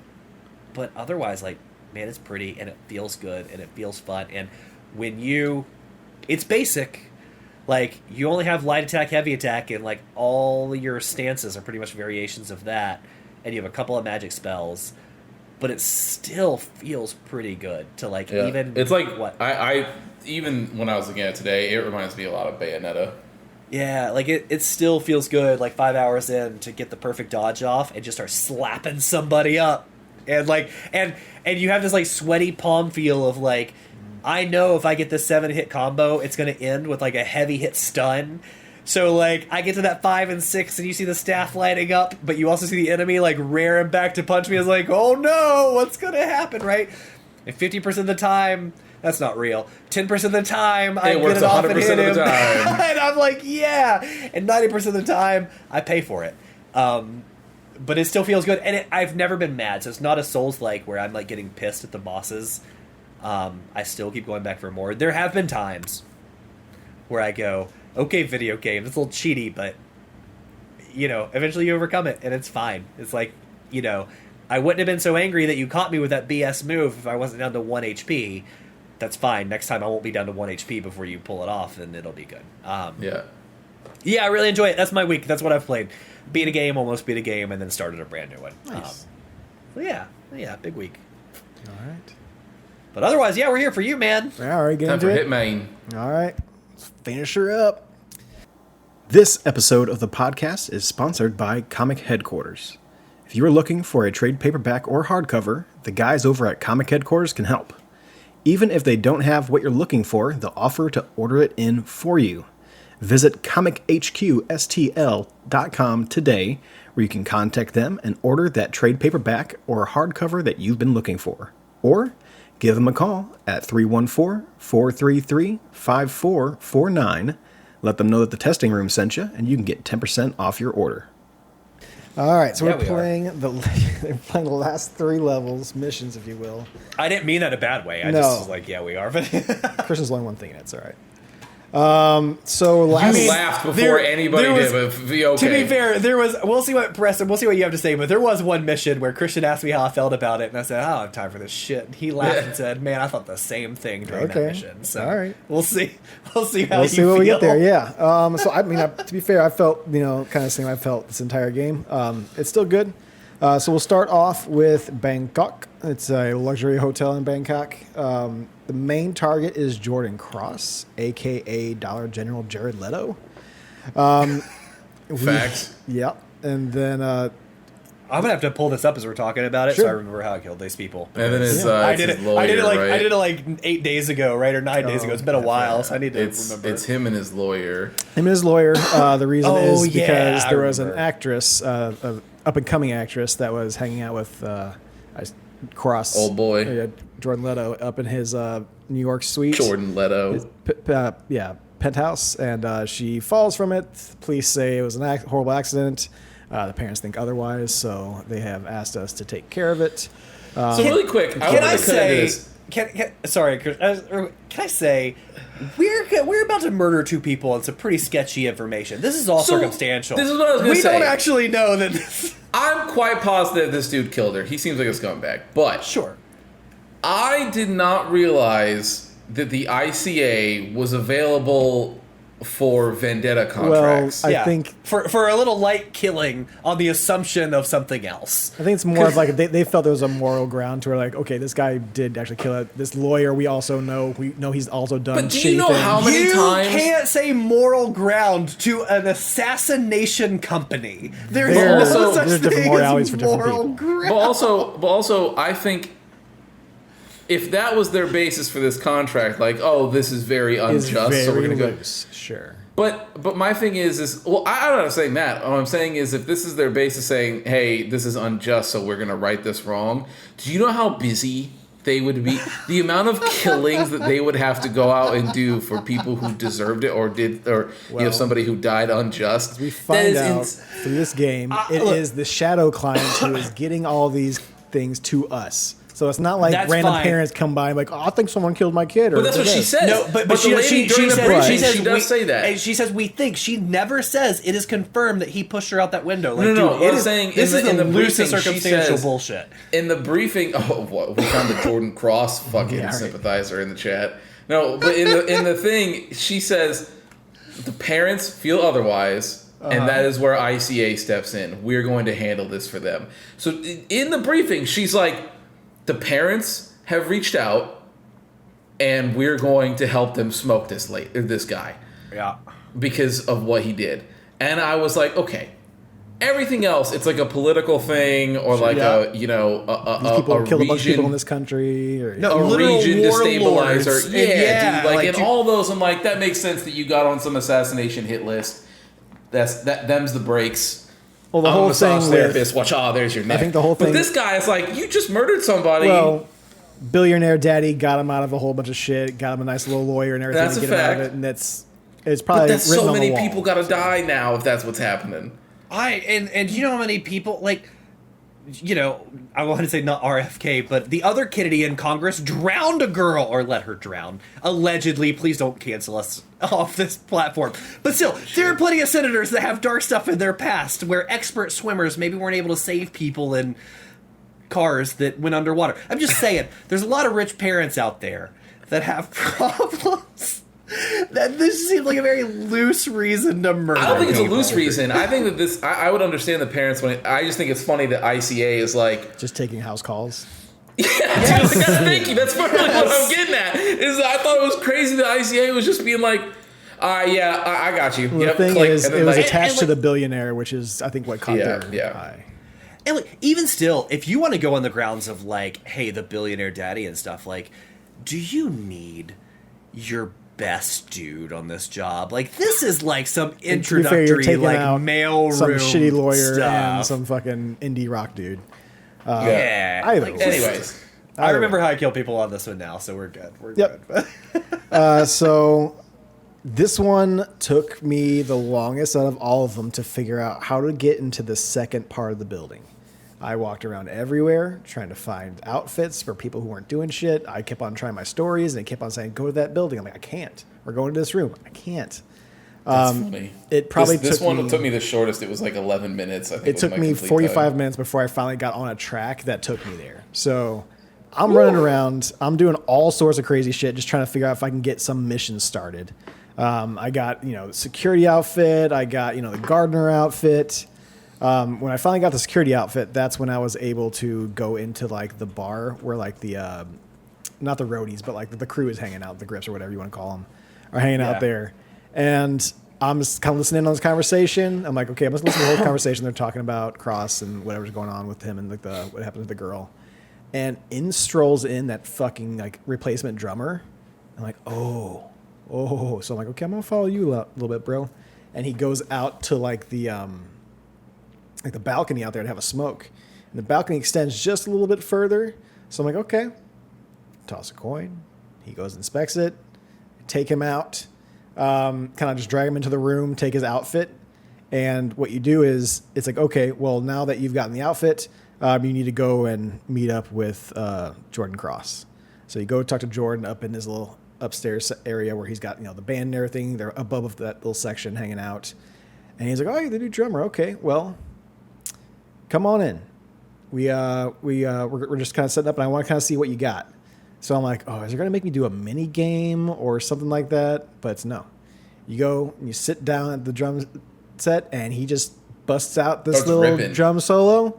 Kind of goes into it. It's a little basic, but it's pretty good for a guy who doesn't probably fucking play drums that we know of. And it seems like he might play drums. Yeah, it seems like he might. So Jordan's like, damn, man, you really let that rip? And takes you, he's like, well, let me talk to you outside real quick. So he starts talking to you a little bit out here. And as he's talking, he gets to a point to where there's no guards around him, and he is right next to that ledge. So I just shove him off the ledge. It goes onto a glass like door entryway to where he falls straight through that. Done and done. Walk out. I'm like, cool. All right. So I check the mission logs to see like, okay, well, these are the missions that were attached to him because those are no longer available. I'm like, okay, well, there's one more. This is the tuk-tuk one. So I'm like, I want to do the tuk-tuk mission. So I just take my happy ass all the way down there. Now I can't. I don't think I could have gone in the back with the drummer outfit. If I had not, I didn't know about it. But there is a security guard taking a little nappy nap back there. I pop out the security camera. I also popped the security guard because you can't get behind him to subdue him. And I didn't want to punch him to wake him up. So I'm like, fuck it. So I just took him out with my silencer, grabbed his clothes. You could have just left him sleeping. Well, I wanted his outfit to get into there because I thought I needed it to get in that back Preston's section. murdering innocent people. Well, I just want to get rid of the Look, drummer after- outfit. Yeah, he he shoots looks. the camera, then he whispers down in the cop's ear, and he goes, ACAB. And then he shoots him. Hey man, you know this job. It's a job for hire right now. We're just killing a billionaire's son, so like anybody's fair game anymore. right. The So- ICA. I get back there. I hear the guy at the tuk-tuk talking about how the lawyer guy wants to take some home a little prize with him, but he's having a hard time with it. So the little mission pops up. Go find the wrench. Go into the basement, get the wrench. Come back up there, fix the tuk-tuk for him. And so he goes to get the lawyer. As he goes, Ken Morgan. As he goes to get him, I'm following him as we go. Obviously, someone already saw the guard at that point down, so they took the body away. But they didn't take away the gun. So as he's walking, the guy who I'm supposed to be following to go meet the lawyer goes, oh, runs over to security guard the other opposite direction. Hey, man, there's a gun over here. As he brings the guard over, guard's like, all right, well, I'll just pick up the gun then, and walks back. As we're making it to where he's meeting him at that corner of the area, he walks up as soon as the lawyer walks away to do his whole roundabout the entire fucking area. And I'm like, no! I'm like, just say something to him. He's right there. No, it doesn't say anything. The gentleman walks No up to the can do, spot, brother. just stands still. He's like, I'm just gonna fucking wait here. I'm like, God damn it. So it's me just kind of like, I'm just gonna sit here. I'm gonna wait. It ended up being like 5 minutes maybe, but it felt like fucking forever because I'm just sitting there. Preston's waiting. hitman is just like, don't be suspicious. Don't Yeah, be exactly. suspicious. Don't be suspicious. Fucking put on my predator mode, watching this guy walk around the fucking hotel doing his fucking programming. Finally comes over to him, talks to him, he's like, hey, I got work. I'm like, cool. So he's like, you should start it up. So he goes in the back. I forgot before we go back, I ended up taking a screwdriver to the gas tank next to it. So the gas kind of fills up around the area, and because it was backfiring. So when the lawyer goes to start it up, it backfires, catches the gas on fire, ends up blowing the tuk-tuk, and then I go to the front and escape in my boat. So that would be Bangkok. So I'll go next because mine was really short. I spent like maybe 10 minutes in this level. It was very fast.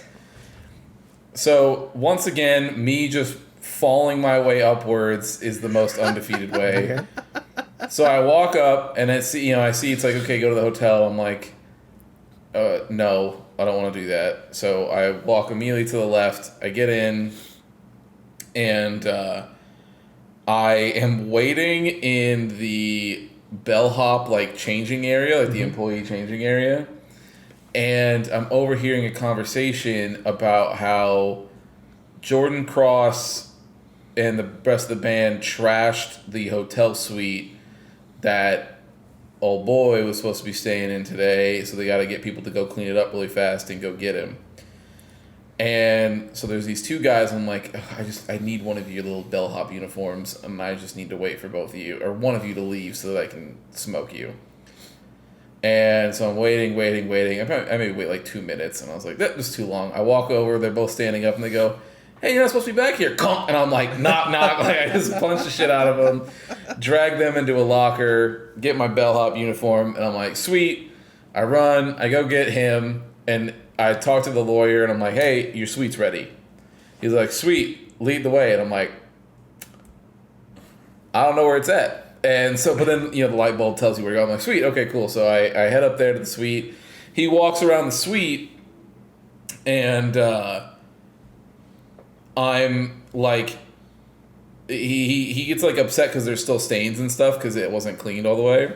So you have to like clean them for him, and he was like, all right, that's great, cool. And you move on. I get to like in the bathroom, and the security guard is like is standing like farther back from him, and I've been noticing as we go into each room, he will eventually make his way into the room, but the lawyer will be able to leave before the security guard actually gets in there. And the same, like if he leaves, the security guard will get in there, and then he'll start walking his way out of that room to like follow him. But I'm by myself with him for a couple times. I'm like, oh, okay, sweet. So I'm in the bathroom, and I'm like, meh, choke him out, and he's done. And then I walk out, and the lawyer dude is like, and I shove him in a closet. Lawyer dude's like, I looked over the suite and everything looks good. We should be good here. Cool. And I'm like, sweet. And then he turns around to like look at the piano, and I push the pin on the piano, and it bonks him on his head. He dies, and it was like kong, and I was like, sweet, see ya. So then I leave. I walk out of there, and I make my way downstairs, and the hotel manager just happens to be right there, and she starts bitching at the bug spray guy, and about how they need to be careful with this. They're like, can people die from this? Like, if you fuck this up, can people die from this? He's like, nah, I mean, die is really strong. I think that, like, you know, people probably get a light headache and then they'll probably go to sleep for a little while, but no, they won't die. And she's like, we have very high profile guests. You cannot mess this up. Like, make sure you only spray where you're supposed to spray, blah, blah, blah. So then, of course, it's like, go capture a bug outfit. So I'm like, sweet. Find him. He's waiting by himself. Choke him out. Put it on his uniform. Go grab the canister. Talk to her. I'm like, hey, I need to go spray Jordan across the suite. And she's like, okay, just how long do you think it'll be? It won't be that long at all. She goes, okay, I'll get him to move down. Hurry up. So he moves down to the thing, and she goes, and make sure none of that gets into the main ventilation system, or else you could knock out everybody in the main courtyard. And I was like, you don't say. And so it's like, wait for him to get into the main courtyard. So he sits down, him and all of his friends, and they're all sitting in this little thing. And so I dump it in the AC vent. Now the best part is it's like a, you know, like a hidden window, but I dump it in this AC vent. Everybody passes out there, and I'm just looking at him in front of this window. And so I was like, okay, pull out the silencer, boop, shoot him through the window, walk out, hit the speedboat, and I leave. And I was like, it was at this moment up until this next mission. This moment, though, I finished that in like record time. It was like 9-10 minutes. And I go, God damn, dude. I was like, this game's going to be over. I was like, this game's going to be over before I know it. Mm-hmm. Like, I just smoked that level, and so I left. But yeah, that was, again, I literally just, I'm like, ooh, piece of candy. I just walk over there and then see what kind of hijinks I can get into, and then whatever unfolds for me is what unfolds for me. That's great. So mine was similar to Preston's for the first half. I did the drummer thing, right? I had some problems with the drummer to begin with. Like, he went out to smoke, and before I knew he was the drummer, and I just happened to be in there before I ever heard anything, I pushed him off the balcony. Oh. And you hear somebody down below like screaming, and I'm like, oh, let's start that again. So then I hear he's the drummer through some stuff. I'm like, okay, well, let's do that one. So take out. At first, I'm like, how do I take him out? He's pushing random people off a ledge. So I was like, how do I take this guy out? So like, I throw a coin at one point, and instead of him going like, the guard over here like walks by, I'm like, why? So then, like, I take out the guard. So then I'm in the guard uniform, and as he goes to look, I then go strangle him. And then somebody in the courtyard's like, hey, up there, a crime. And I'm just like, why? So eventually I kill him in the dumbest way possible, which is I throw a coin. He looks at the coin. I grab him from behind and drag him into the room where everyone is. But apparently, like, 35 feet away is too far away for anybody to see me strangle this dude out. So I strangle him and then drag him back across the balcony, because I don't want anybody to find the dead body, back across the balcony and into the other room and just drop him there. So I killed the first cross, like, the same way you did. Drums. That was cool. I really enjoyed that, although I played, like, they praised me like I'm a drum god, and I played, like, the most basic, like, I've ever heard. I know. For 30 Seconds to Mars, that's huge, though. Yeah, right? Fair. And the second one, I was gonna go kill the lawyer some other way, and on my way, I got the little letter to, like, tell him to meet somebody in the basement, or, like, make a phone call in the basement. And they're like, go leave this letter at the bellhop, like, stand. Oh, it's that letter he keeps going to the front for. Okay. Right, he goes to get at the front, and he's like, just take security. He goes, I gotta go take a phone call. They walk downstairs to the basement. I walk downstairs to the basement. By this point, I'm in a housekeeper's uniform or something. I just walk my way around.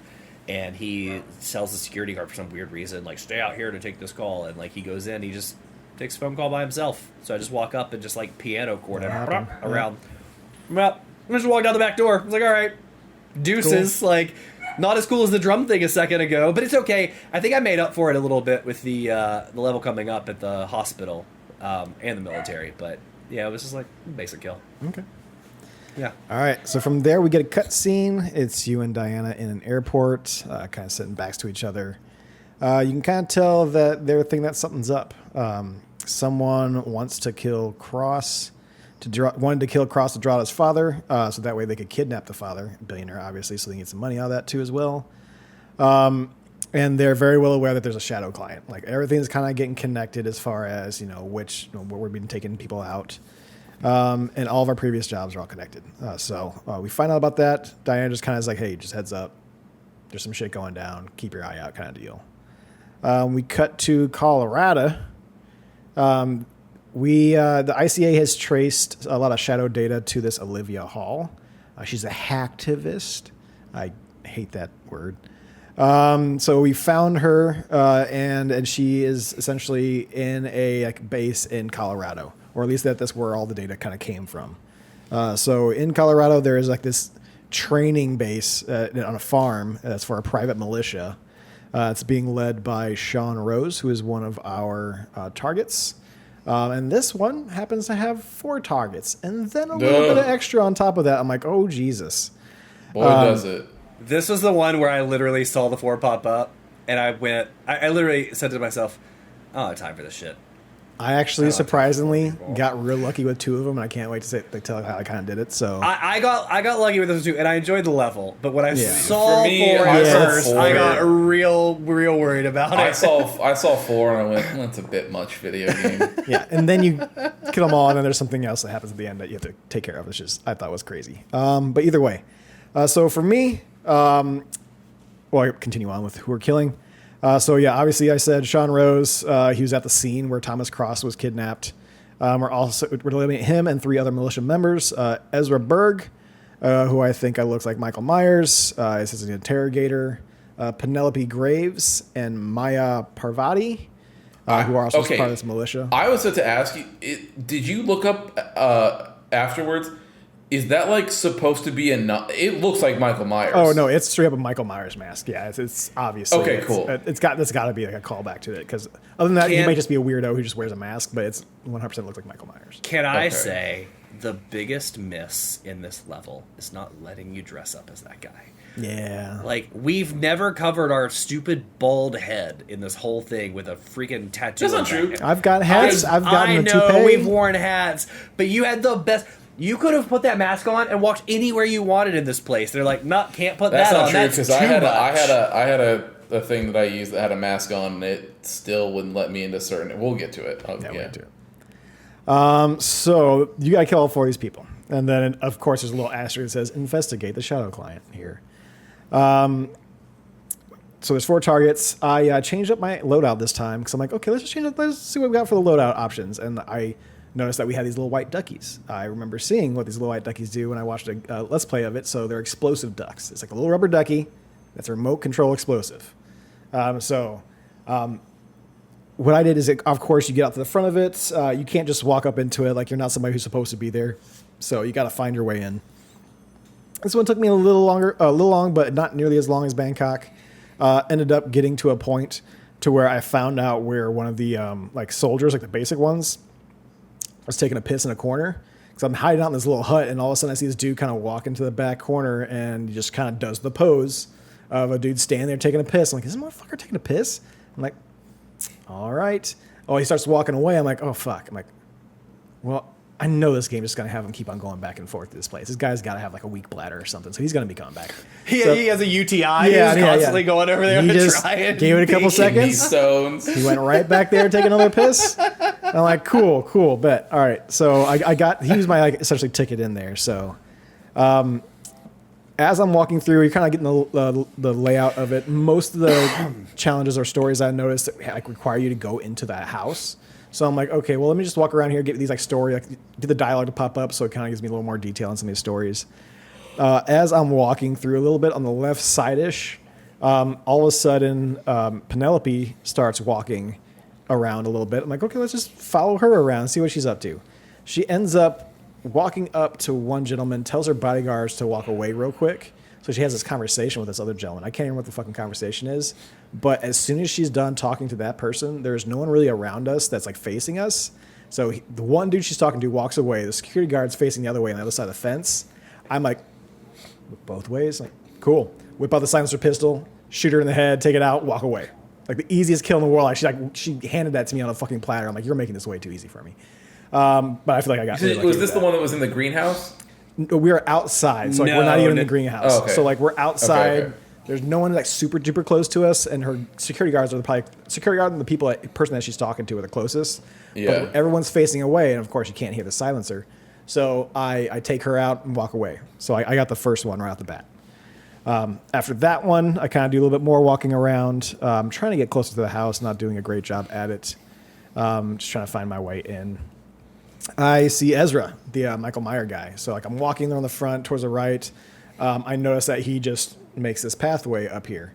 So I try to throw the rubber ducky and explode it, but obviously people see me doing that. I'm like, okay, love the save. I know what path he walks. So I'm going to drop the rubber ducky right here where no one can see it. The dude walks up. He's like, huh, what's that? Goes to pick it up. I let it rip. Dude goes flying back, and I take him out with that one. So I'm like, cool. I'm like, it's nice because these aren't actual story beats. These are me making my own like assassin story within this. So I like how they kind of let you do it more free form and give you opportunities to do that, which I think is really cool. And obviously, the more you unlock, the more items you get. Like, there's one time I think in this one the next one where I brought the proximity mine. I didn't use it, but I'm like, okay, this will be pretty kind of fun to use a proximity mine and kind of see what kind of shit you can get into with this one. But so far I got 2 people down. This is the point to where I'm trying to kind of figure out more of the story stuff. So the one I chose was the point man one. There's a dude, he's the point man. You're supposed to take him out because he's going to get training for this like assassination attempt or whatever that you're about to do, taking over. So I take him out. There's 2 guys like in this hut. One of them's in the hut. The dude's outside. As soon as the dude goes outside, who's the point man, I take down the one guy, put him in the bathroom, wait for the other guy to come in, take him out, take his outfit so I can get the training. You go over there, you sit down at the little spot that has like a little projector and some things on the board written up there, and she's telling you how you're going to kind of handle this. So you and a couple other guys go up to this car, and you're supposed to be training. So you're supposed to shoot the dummies. I didn't realize what I was doing until like the very end, so I don't think I got all the dummies or whatever you're supposed to get on this to make her like happy with your training. Yeah, she comes out and scolds you. Yeah. So while she's scolding me, I see like the little light bulb change to something else. It's like sabotage the battering ram. I'm like, okay. So I go sabotage the battering ram real quick, and then all of a sudden my thing says, go back and be debriefed again. I'm like, but there's a light bulb right over there in that button. What's that? I know, yeah, I had the same issue. What does the button do? So I hit the button just takes the battering ram and just smacks her, and obviously kills her as well. Which one was that one? As Maya. So what I was trying to do, though, is that you got Maya and you got, I think it was Sean, who was the last one I killed, Sean Rose. They're both there. So I'm like, okay, well, I found this little pill vial full of nitrogen. And I'm like, let's just find, like, they get staying right next to each other. I'm like, let's find a spot. I was trying like 3 or 4 spots to see if I can just throw it and just kill both of them at once. I couldn't do it. There was like somebody every little spot of that section, probably because those 2 guys are right next to each other as far as your eliminated targets.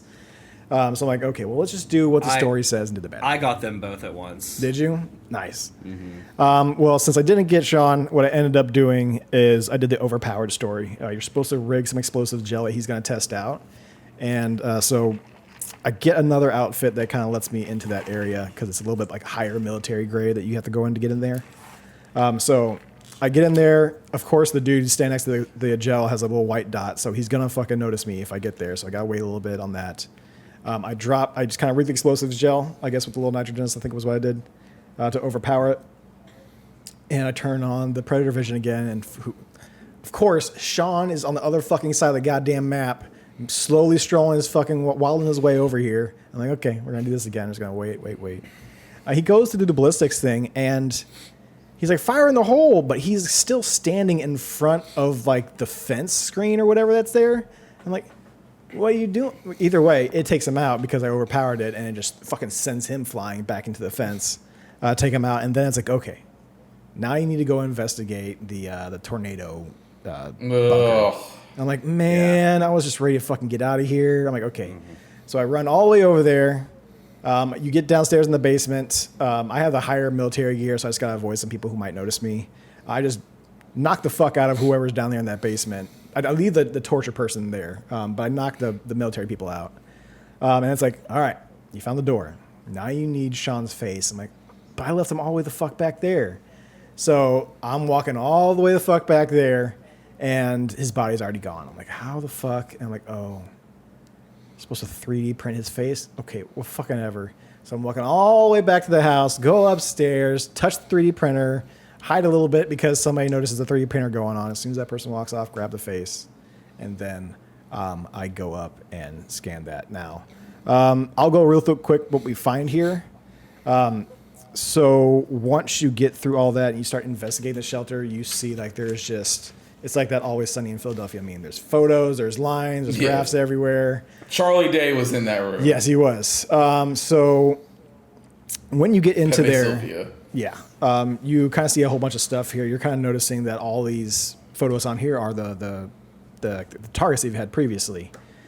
So you definitely know this is like the little Shadow Clients area. But there's a word on there with a question mark called Providence on the board. Diana knows what this is, or she's at least heard of it, called the Hidden Hand. It's a cabal of kingmakers, thought to be a myth. So essentially people working in the background, making sure certain people get into power to kind of control the power of the world, whatever.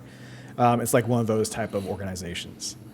I think we call that the Democratic Party. Oh, Oh, biting commentary from Alex. But that's what you find in there, and Olivia is a little bit spooked about it, but she says, hey, get out of there. We got what we needed. And from there's a cutscene, but I'll get into the cutscene after you guys tell me how you handled the Colorado.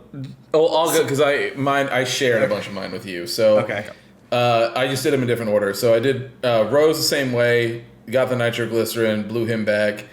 And it actually happened as I was doing the battering ram one. So I'm like, so I hit the button for the battering ram, and then I see a little window of his body getting blown back, and I was like, all right, cool. So I did that one, and then the next one took me a little bit because I was like, okay, I got my face covered, and I'm this special guy. I was like, so I should be good to just go wherever. Come to find out, if you are not in the area in which you got that costume or disguise or where you're supposed to be, all of the places of this farm are completely sectioned off with different people. So like, even though I'm, super cool mercenary, whatever, I gotta walk up. People are like, hey, no, Yeah, there's like this isn't levels of it. Yeah. Yeah, like this isn't your corner of the farm, brother. And I'm like, oh, okay, whatever. Knock Bro, out to get an outfit. I'm 10 feet away, bro. You know me. Like, it does. What are we? Who gives a shit? We all work together. I thought it was silly, but so I start following Olivia. I think is her name.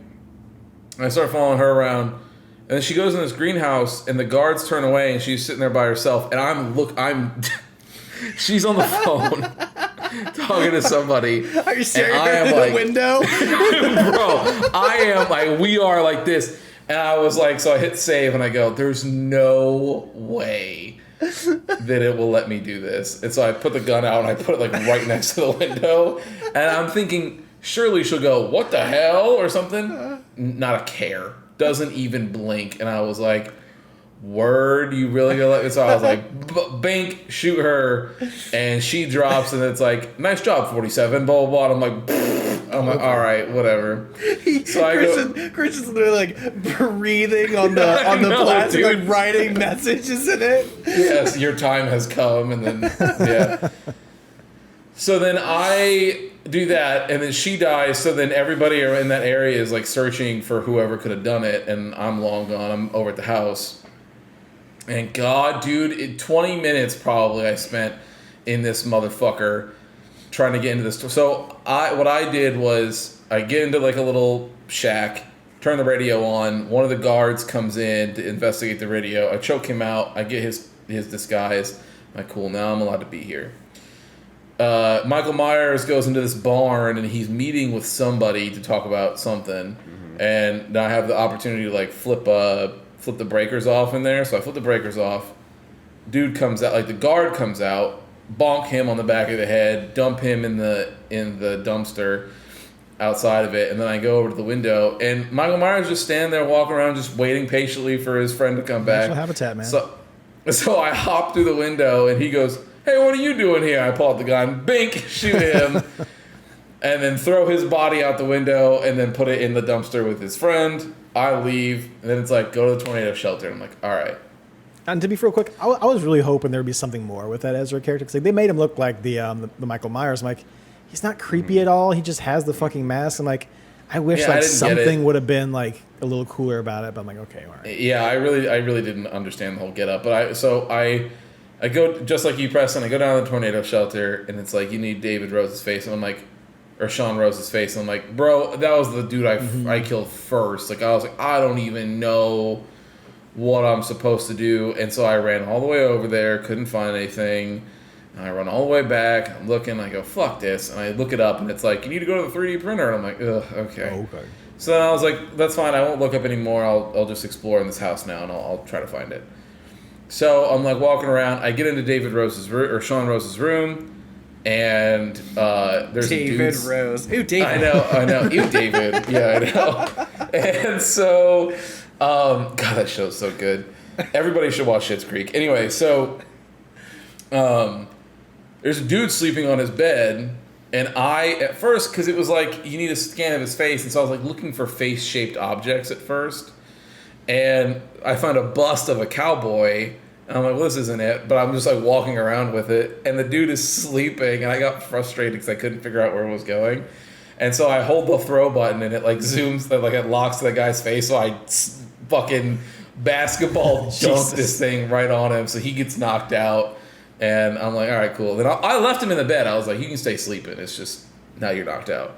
And so then I was like, well, whatever, I'll use this cowboy bust now to knock out everybody on this top floor. So I go through, and every single person that comes around a corner, I'm like, bonk, and then pick it back up, bonk. I just keep throwing it at people. I find the 3D printer, and I'm like, finally, okay, print his face out, go downstairs. There's only one guy left in the house that's not knocked out, and he's in the kitchen. Well, And I go to get, and I go to like break the lock on the door with a crowbar. So I do it, and then the guy is like, huh? And I'm like, fuck you. And I just like run down the stairs, and I hit the face, and then the cuts lets me in. The guy on the left, though, there's also the guy in the basement. Mm-hmm. He sees me at first, and then the yellow bar starts filling up. Nope, hit the button. But then, I hit it, and then the cutscene takes over. So then he's like, the only thing I hear before the cutscene starts is, hey. And then I just walk in the door and shut it. I'm like, that's all I'll be hearing from you, sir. And so then, good luck getting then the cutscene happens, and that was it. So this level took me 54 minutes. Oh, it's a big one for It you. is a long one. Yeah. Let me tell you about this comedy that I had in this one. This was both my favorite and most frustrating level that I had done. So, To be fair, the first one took me an hour and 35 minutes. That's how I was doing that level. okay. Well, this one is different. So I come in here because I don't think it's going where you think it's going. Okay. So come in here. You don't. And the first thing I see, you don't. The first thing I see is these two guards right outside. I'm like, well, clearly I need to get in like cognito. I need to get in here. So I'm like walking around the perimeter. So bump, knock these guys out. Cool, like awesome. Like I don't want anybody to see them because I have 4 people to kill. They're all over. So let me drag these guards. So I drag them over and I throw them in what I think is a dumpster. And as soon as I throw them in, I hear, itch! And I look over and blood just comes flying out. No. I threw the dude in the baler. And blood just hits the ground. And I go, but I don't get a penalty for accidentally killing anybody because these are all military pieces of trash. And I go, oh, well, that changes things. And this is the moment I go, everyone's gonna die. Oh, you run and gun it? This No. game is Modern Warfare. No. I did that a little bit with one of the missions where it's like, fuck this, let's see if I can do anything like this. I got an No. assault rifle, let's see what happens. Let Didn't me work out well. tell you.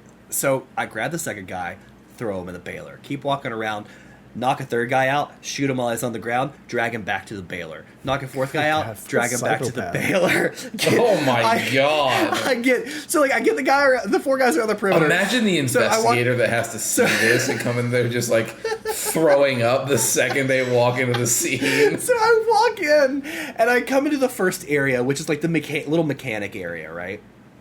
So like the first thing I do is I see this one guy in the center in a car, this other guy to the right-hand side of the car, and all these gas tanks everywhere. So I just start undoing the gas on all of them. So gas is just like... So one guy walks over, lights up a cigarette, boom, explodes and catches on fire. And I'm like... Drag him to the baler. No. No, because when I was inside, I didn't care. Like, now everything's fair game, right? Because I know they'll, like, pick these people up and drag them off. So this guy walks over and starts to investigate. He's like, oh, what's this? And he like calls in. He's like, hey, we got something, blah, blah, blah. And he walks over to investigate the car the guy was on. Press a button. I drop the car on him. Nice. I'm like, all going to plan, man. So let's do this. So I keep walking around. No targets killed yet, by the way. These are just regular people. No targets killed. So I hit 3 gas tanks. Gas This is all going to out. plan. Gas starts My rolling. little mini genocide. Gas starts rolling out, and like a couple people are doing their little path. As they're doing their little path, like I'm over where the car was and nobody is, so I like take the silencer and shoot it. Boom! Catch the gas on fire. Catch the man on fire. Geneva like, 2 more Convention, people dead. whoever. So by this point, I'm like, cool. I finally make my way as I'm just walking around, nonchalantly murdering people in ways that I still haven't been caught. Right? Like I'm not shooting people. I'm just like everything's an accident. This place also got real unsafe. So I'm walking around. I make my way to the barn that Christian you were talking about. I knock. So I see the guy with the mask walk in.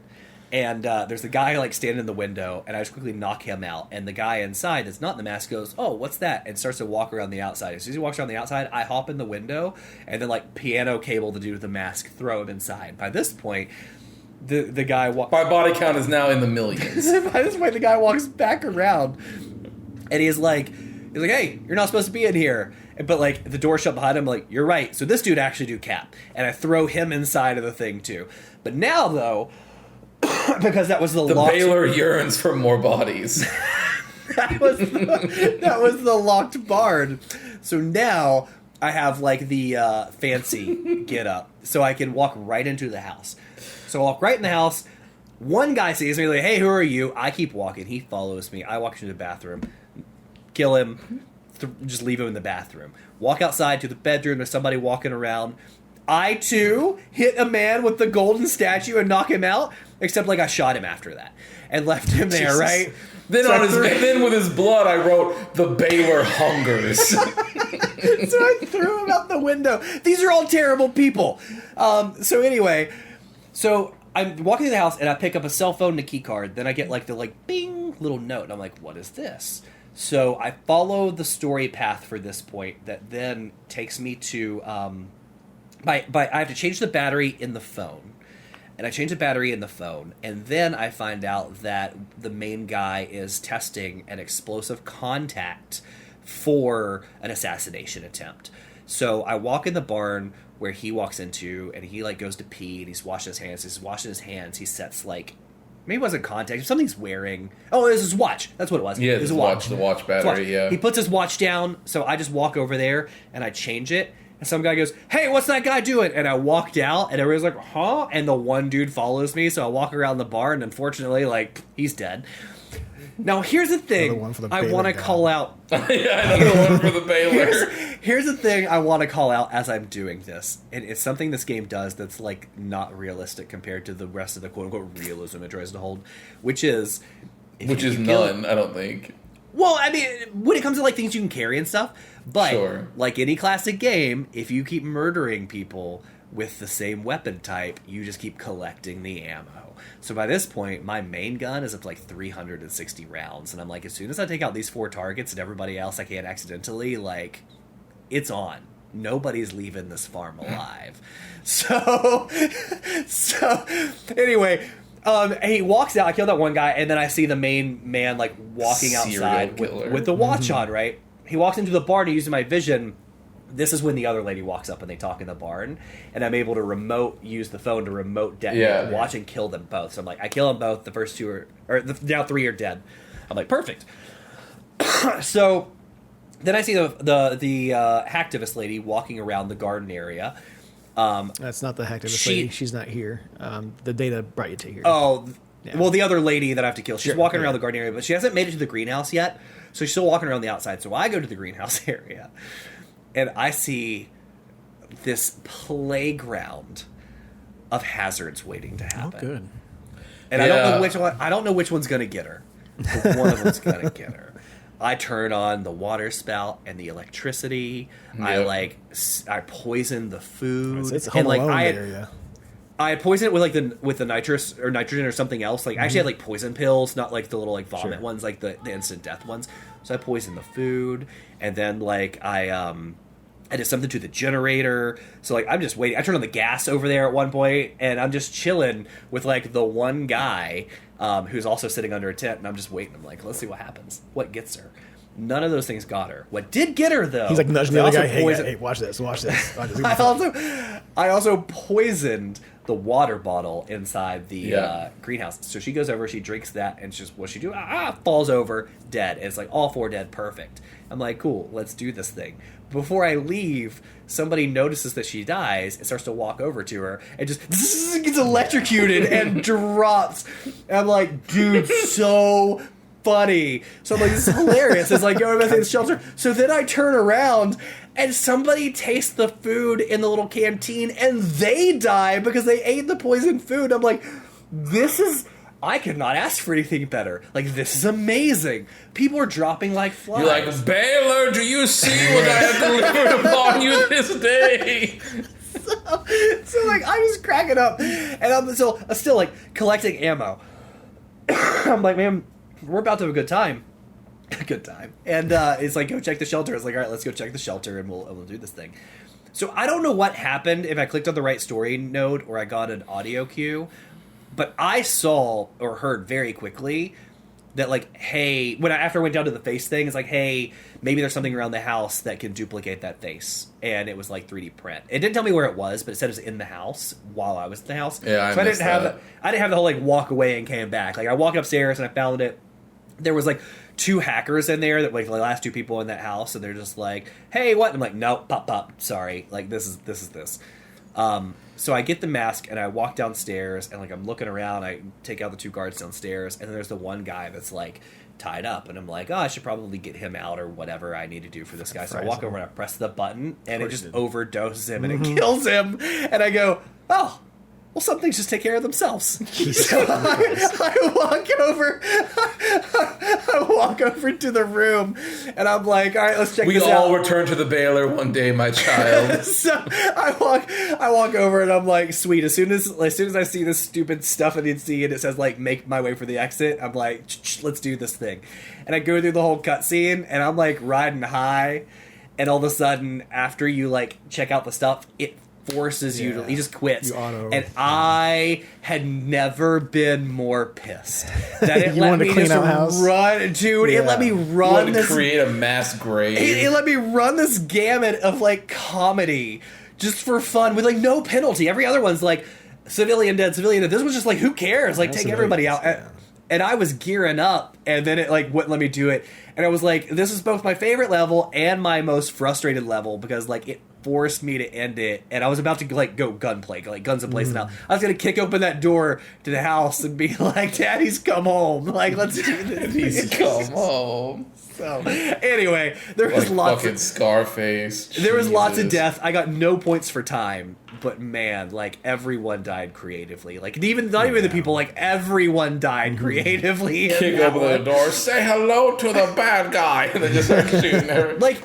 It was, dude, the greenhouse area with the final woman that I killed, like, the way, just watching bodies accidentally drop from these traps was comical. I was just like, I've never seen such a thing. So anyway, that was very good. That was that level. Yeah. It was hilarious. All right, so after, and I forgot a little bit of part of that investigation. So after you're kind of finding all these things, finding out that's kind of connected to you, whoever this is knows who you are. You also find out that Sodders is involved with Providence. He's Providence's inside man to all of our doings. So, real quick. Oh, there you are, Alex. You froze up for a minute. I just wasn't sure if you were still there. I saw it just jump. No, you're good. All right, so from there, after we find out about Sodders, we get a cutscene. Cutscene is with Mystery Guy. He's got a sniper rifle talking to Olivia, the hacktivist, who's super spooked because she knows, she's like, hey, they're coming after me. They know all about this. As the guy's kind of talking to her, she's like, hey, it's just going down. This is how it's going to be. and he kind of talks about the gentleman, about how he kind of like, she's like, you know him. He's like, tells them the kind of like the story of like, hey, one time there was this me and this boy, and this whole like scenario of how like I guess they tried to escape from whatever they were at from getting all that training, and this family kind of lets them in, and ends up waking up one day and just a whole family is dead. Everyone in the town is dead to get rid of the evidence that they even exist, and to bring the boys back. So that's obviously really fucked up history going without that. And I'm the bad guy with a little light bailing over here. So Yeah. Light bailing. The bailing sees the light. It helps you see the light. It was like the elder, just people in that thing are, curse you, Bale! So as you see all that, he actually sees you with a sniper rifle and doesn't take you out. And that just kind of is a little small extra. I didn't understand that. I didn't understand why, because he had the shot. I think he's just keeping eyes on you. I think he's keeping an eye on you because he wants you to kill other people for him. He's a shadow client. So like he's keeping eyes on you. I hate in movies and other stuff. Like Agent 47 does the little like Turns around and knows kind of thing. He might as well look at him and like. I like know, right like at him. so dumb. Anyway, Yeah, it is very dumb. But this takes us to Hokkaido. Because that is where Sodders is going there to get experimental surgery. Apparently, this motherfucker has organs on opposite sides that they should be. So did anybody look this up? I didn't look it what up. was it? It was like something invertus. Something Yeah, it's invertus. an actual I know thing. it was. But he's there to get special surgery to fix this. And it's a super swanky place in Hokkaido on the side of a mountain. It's a very nice, futuristic looking, kind of like little resort / I guess hospital area. It's where like people come, like the elite come to get like surgery done and shit like that, I guess. And I guess it's just also a relaxing place for some people too as well. But you're out there, obviously. Sodders is one of your targets, but also... Yeah, Situs invertus is a real disease. Okay. Really? And that's the best Yep. name we could come up with, organs on the opposite side of your body. Take it up with John Hopkins. Well, he's getting that done, and then you have another target here as well. This is Yuki Yamazaki, very pretty lady, but she's also the lawyer for Providence, so you got to take her out as well. I was very nice about it. I just like the fact you even dropped it in for this. Well, because I mean, it pops up, and you're like, damn, hey, how you doing? So You call Preston's Agent 47 will call out the handler. You sure? Does it have to be her? I mean, are we positive she did something I'm just bad? not. I mean, Because I don't know if she did something bad, but she is bad if you catch what I'm saying. Preston should for like that weird movie trope of like the one night of passion before he has to murder her. the oh, next sure, morning. yeah. So I'm those are so conflicted. We'll always have this one night. all right. So we're going into Hokkaido. We start off. We're actually there as a visitor. There's a couple options that you can kind of start off with. I tried to go with the cigarette one first. So I didn't make it through I all the tried way that with this as one. well. I tried it. I got the cigarettes. Because all you got to do is go from your balcony, hang around, go to the other balcony where the Texan is staying. And he has a pack of cigarettes there you can get. I got the pack of cigarettes. Couldn't figure out how to finish up the rest of that story mode. Preston, did he run up to you and just verbally assault you for no reason? I mean, were you in Did his, he do that to either- were you in his room when he did that? No, did he do that to either one of you? No.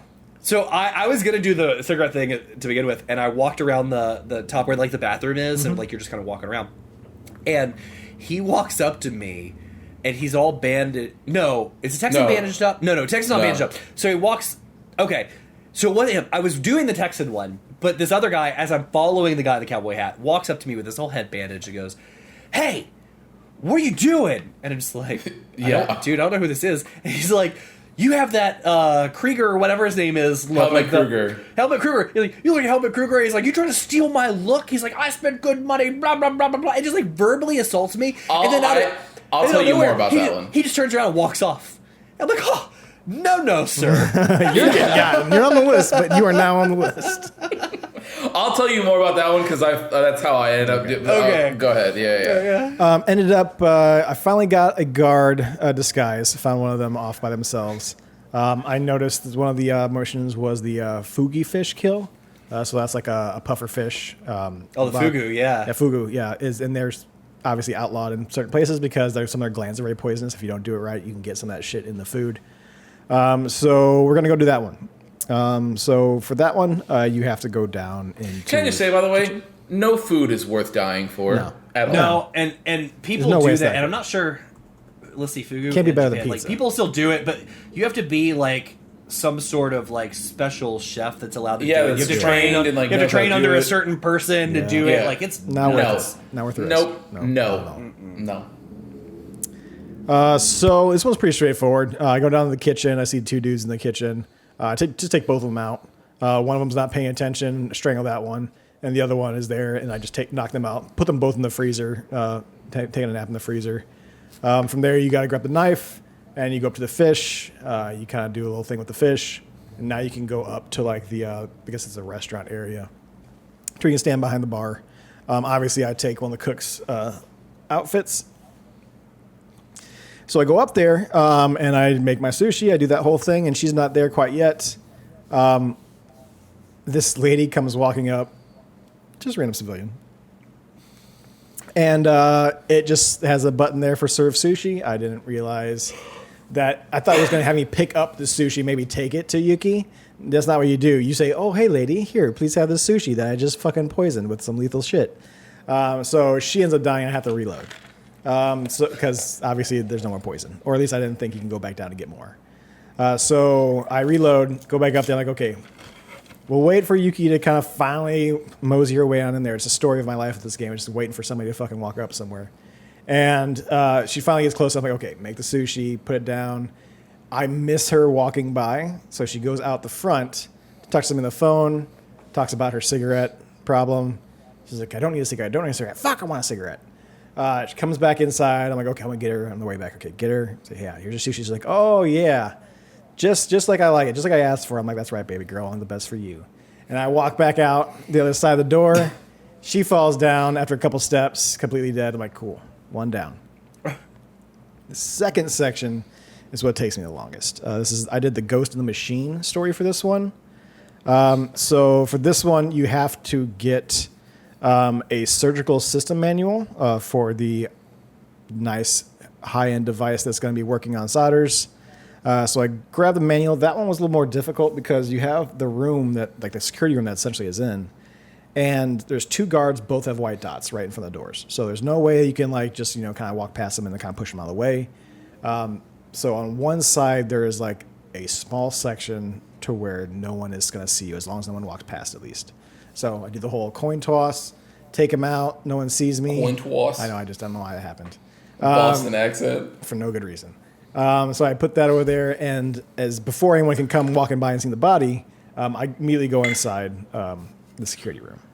You pick up that system manual, and from there, it tells you that you need to get the hospital director disguise. I'm like, okay. So I get out of that room. Someone noticed the guard, but didn't notice me. And so I'm looking at this director, and he just kind of walk around the area, but he's never going anywhere where no one doesn't see him. I'm like, fuck. I'm like, all right. I'm like, well, Time to take a page out of Alice's book. Everybody's dying. No. He goes in the courtyard a lot, and there's he just stands there for a fucking while. I'm like, okay, I'm just sitting here waiting for him to go somewhere else. He finally gets to a part to where he's like walking near a bathroom. I'm like, okay, I've seen this before. Overflow the water. Maybe he'll notice and come inside the bathroom.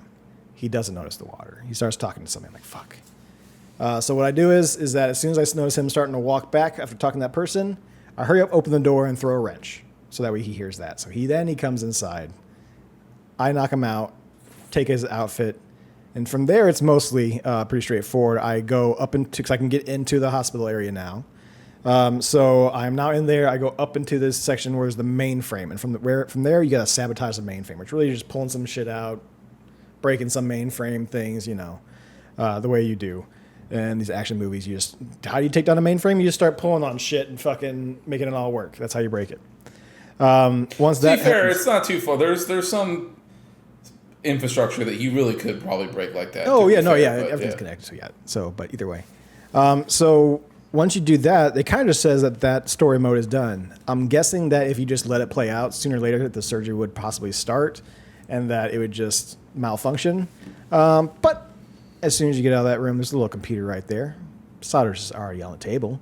So activate the surgical machine, and the machine just starts stabbing the fuck out of Solders. Like, it even like scrolls away because like it's probably a little too much. We'll show you a couple of the stabby stabs, but we're gonna stop that after a while. And you're just gonna see blood going down from his feet. But from there, I just walked out. I knew there was a helicopter pad earlier because I've been walking around this entire fucking level. Take the helicopter out. No one stops me. Just fly off. And that's how I finished up that. We got a cutscene here, but I want to hear how you guys did it. So mine was very simple, and I'll go out that way you can figure out all this Helmut Kruger business. So I walk out of the room. I'm like, all right, time to wander, baby. Let's just, what will the universe deliver upon me that I can go? So I walk out, and the first thing I hear is a phone call of Mr. Yuri Lowenthal, voice of Spider-Man, who voices so many NPCs in this goddamn... This man... I did not realize that my man was out here, before he got the Spider-Man gig, was just voicing whoever, wherever, whenever. Paying them bills, man. Like, I'm saying, that is the hardest working voice actor I think I've ever seen. And the best part about him is that he's just using his regular voice. He's not even, like... I'm sure he can. I'm sure there's other roles where he has. But for the most part, they're just like, yeah, no, just talk. You're cool. Like, let it rock. So, but I hear him. I come around the corner. He's on the phone, and he's talking about how, you know, he's like some famous guy for something, but he wants to look like Helmut Kruger because he thinks that it's gonna, you know, take his fame to the next level. And the person goes, but that doesn't make any sense. Why would you want to look like Helmut Kruger? You don't. And his thing is, his gimmick, or his shtick, I should say, is that he loves telling people to shut up, like, in the middle of his thing. Like, no, shut up, it's going to be great. Or, shut up, you don't know what you're talking about. Shut up, shut up, shut up, shut up. So he says it every other sentence. So it's like, the lady is like, but you're already known for some, I think it's like some big software thing. She's like, you're already known for this big software thing. Like, you should want people, like, people already know what you look like. It'll be weird to come back to your already famous life and now you look like Helmut Kruger. He's like, shut up. You don't know what you're talking about. It's going to be great. It's going to be so good. And she's like, okay, well, hey, I mean, I hope it works out for you. Then he gets on the phone, he's talking, and he calls his ex-girlfriend, and he's like, hey, guess where I'm at right now? I'm done getting my plastic surgery, and I'm about to look like Helmut Kruger, and you'd be so fucking mad that you left me. And then she says something, and he's like, no, shut up. It's going to be great, blah, blah, blah. And she goes... And then clearly the person says something about going to the gym. He's like, shut up, I'm not going to the gym. That's for fucking losers and poor people. I'm going to be here getting muscles put in me because I got the money for it, so I'm going to spend it. Like, blah, blah, blah. Either way, he gets off the phone, and I'm like, God, I got to fucking follow this guy and, like, get him somewhere so I can take his outfit. And then, because it's like, if you take his outfit, then you can go get your bandages off and be a doctor, or then a doctor will be in the room with you. You can use the doctor outfit to, you know, finesse your way further and further. So I'm waiting in the sauna room. Like, I follow him, and he sees me, and he's like, hey, dickhead, what the fuck is going on here? Bro, you copied my whole flow, bar for bar. Like he's like getting all upset. He's very mad about it. And so I walk into the bathroom, and he's like, you know, I can fucking sue you. And right when I was just like, bump, like punch him, take his stuff, leave him in the closet. I'm like, all right, sweet. So now I'm all bandaged up. I'm good to go. So then it's like, hey, the surgeon will see you now. So I go see the surgeon. He takes me up to the room. They close all the blinds. They get everybody out of there. He takes my bandages off, and he goes, Dude, this surgeon's hilarious. Yeah, he goes, I might cry. He's like, if I wasn't the one that cut you up, I wouldn't have even known that you had surgery. He's like, the healing, there's no bruising. There's nothing. He's like, there's no swelling. Look at your perfect jawline. I mean, the head, magnificent, everything. Oh my gosh. Well, he goes, I'm sorry, I need a second. And he goes to turn around, and I was like, goodbye. So I choke him out, get my surgeon outfit, leave him in the closet, take his scissors that he had with him. So I'm like, I'm sure these will come in handy. And then from there, I'm like, all right, let's try to figure out what I can do. So Preston, I find a computer, and it lets me like fuck up the surgery machine, and then they defibrillate him back, and they're like, okay, everything's fine, blah blah blah. And I'm like, oh well, maybe I just fuck up the defibrillator and have him, expire. Da da da. I'm like, no. You're supposed to overcharge it, and Yeah, so I'm sure I could let do that, you. and then. But then, well, you could, but I didn't have the thing to do it, so I was like, whatever, I'm not going to go look for that, whatever. So I walk down, and what do I see? Now, in the beginning of this, they implicate that he hired hitmen to go kill somebody else with this disease so that he could move his way up on the transplant list, Exactly. so that he could get another, inverted heart thing and be good to go. So they've got his heart under lock and key, and I had already picked up a wrench when I was exploring the basement. So then I see the room with his heart in it, and I'm like, okay. And so I walk in, and they don't say anything to me because I'm in the surgeon outfit. And so I'm like looking, and then I go around the back, and it's like, use the wrench to like turn up the temperature in here, or turn down the temperature. And I'm like, surely this won't work. Like, the guards are going to be like, hey, asshole, what are you doing? No, I use the wrench. Boop, boop, boop, boop, boop. It makes it super cold. Both the guards go, God, it's fucking freezing. Let's get out of here before we die. So they leave, and I'm like, this is perfect. So then I turn around, assuming that I need to, like, stab the heart with the scissors or whatever. But nope. Agent 47 reaches in, holds it in his hand like it's fucking gladiator, and crushes it. Jesus. And then throws it in the trash can after he smashed it.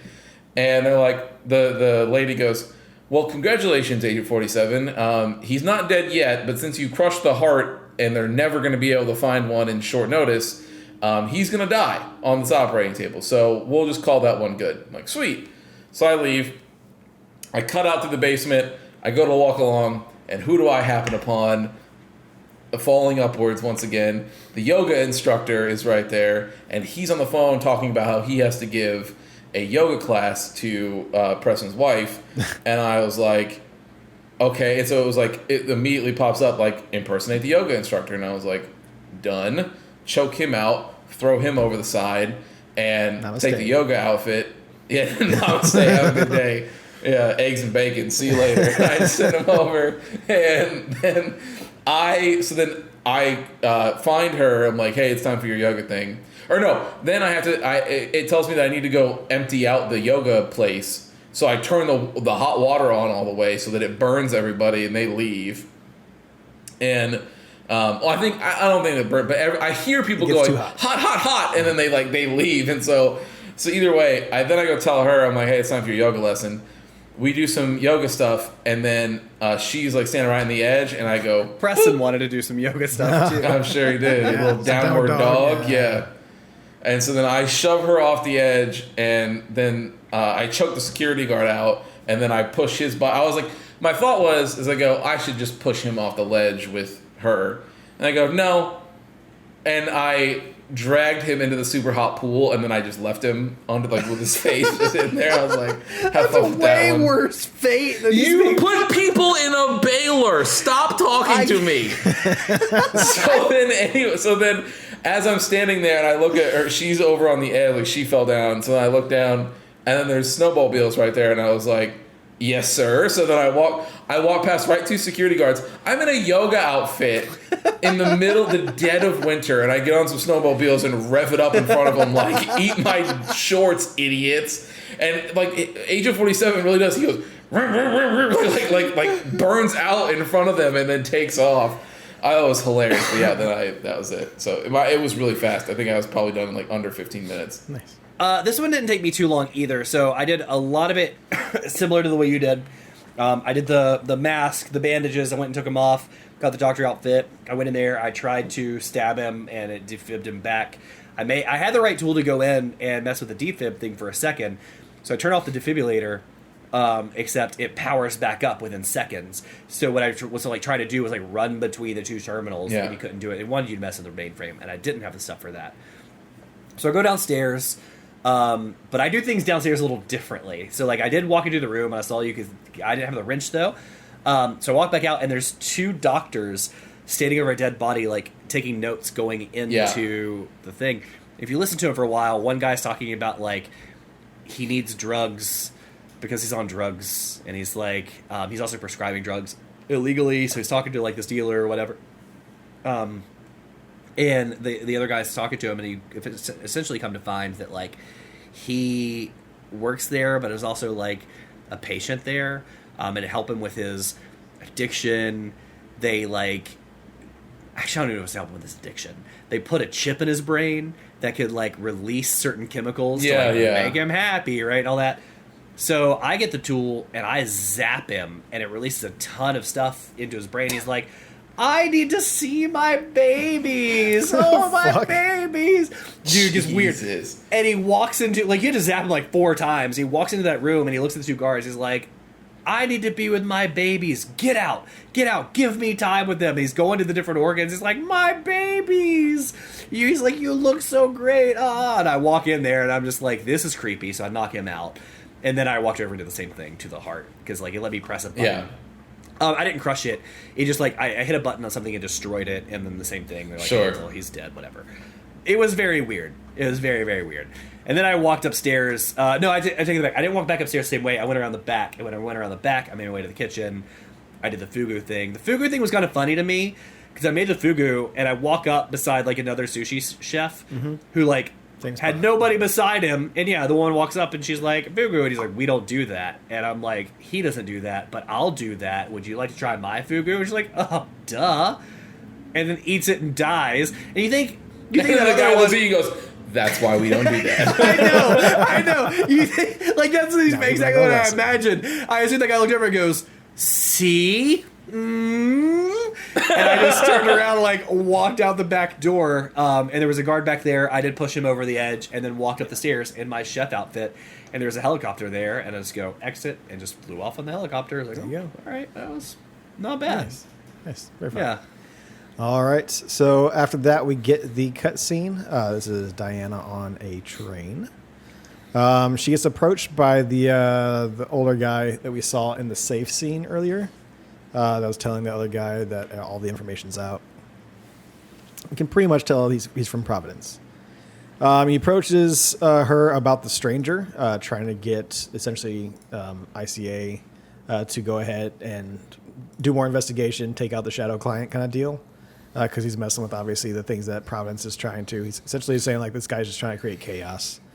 Of course, Diana's like, well, that's not my name, and no, we're not going to help you. It's like, you're very untrustworthy. It's like, we're not going to deal with you guys. He's like, well, I know you got this guy you're working with. You both kind of fond of each other a little bit. And he's like, have you been doing a little bit of investigating? And she kind of goes, yeah, went to a hospital, all paths, are kind of deleted. So he's kind of left at that. And he's like, well, if you're still looking for information, we might be able to help you out with that. He kind of passes her a little something, and just kind of tries to essentially coerce her more into helping as far as taking down the shadow client. Starts mentioning, things about 47's past. In the end, he's calling the dude a terrorist. He's like, what we do is like the lesser of the evils. Yeah. And he's like, what we need to do is take out a terrorist. And he's essentially like, really, honestly, he's like, we've already won. Because she was like, oh, he's only a terrorist if you win. He's like, we've already won a long time ago. He's like, this is maintenance. This is just making sure we're cleaning out the trash, essentially. And then he ends up walking away. And that's when they cut to Diana after he walks away. Shifts to the photo, which is a bald little kid, which we're going to all assume that's Agent 47 as a child. And that's when it cuts. You get the title card. And from there would be the rest of the story for Hitman 2 and 3. But yeah, that's the end of Hitman. I was very surprised about how much I like this game. Had a really great time with it. It's nice to hear all the different stories you could have with people. Obviously, if we were playing this game in the moment, that would have been a fun water cooler thing to do when we're sitting there. Back in the day when we were working at Best Buy, we'd all be sitting there like, okay, well, I fucked around with Paris last night. Excuse me. And this is how I kind of took care of it. It would have been a great time to do it in the moment. But either so, had a great time discussing this it's a great video game book club game to be able to come back and kind of discuss each mission. But yeah, overall, how did you guys feel? Yeah, I thought it was good. I think, so this won't factor into the rating at all, but I will say this menu system is the worst menu I have ever seen in any As video far game as of all not like time. just like not in Hard like, not agree. in game, but as far as like the starting menu, yes. Yeah. Because yeah, they like the ca- game menu. And you obviously they had it as Hitman 3. They started shoving the other two games inside of it, which just makes everything a little more confusing now. To be fair, you back out enough, you can just go hit continue story, and it'll take you to where you need to go. But outside of that, like if you were just wanting to explore what's the game has to offer, it can be So very for me, confusing. like It takes when you I to finished the that last menu level, you need to go to, but it doesn't take you where you need to go. It doesn't say like continue on this mission. It just says here's all the missions in the first game. yeah. And it's So like I finished the last level, and I was like, okay, I think that this is what is supposed to be. Like we're good, right? And then like the next mission loads up, and I'm like, is there another one? And then I had to back out to see like I don't have entitlement. Like I had to go buy it. And I was like, okay, sweet. Like there we go. Overall, yeah, I liked it. I thought it was good. I think the story was completely nonsense. I was like, this is all Sure. like. They got it's all, underlying it's story. all background noise. I don't care. They Just got like let an me- underlying Yeah, arc, but- but it's but- more just like making your own fun assassin stories within the Yeah, levels. but like emergent gameplay and everything, I thought was super fun. So yeah. I thought it was good. I would go. I think on the GG scale out of 5, so I would go 3.5 out of 5. Yeah. That's exactly what I had in mind. I was going to say 3.5. Yeah, so I agree with everything there. The menu's trash, 100%.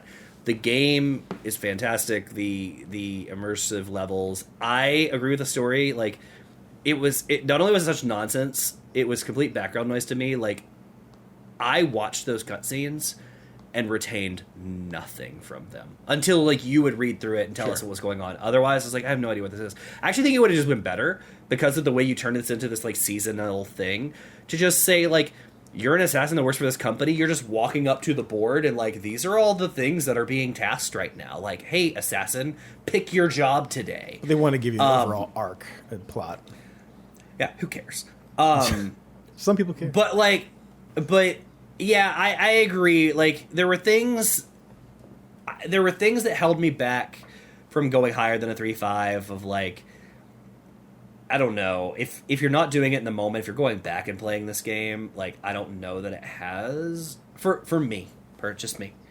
It didn't have enough replayability for me. Like I don't like the fact I have to level up to change certain loadouts to like they actually want you to level up to earn the things to the loadout to then play the level differently. Like there are only stories you can unlock by purposely like starting in different areas or starting with a different costume. And like for if you're doing this live at the time and it's taking you a month, like I totally get it.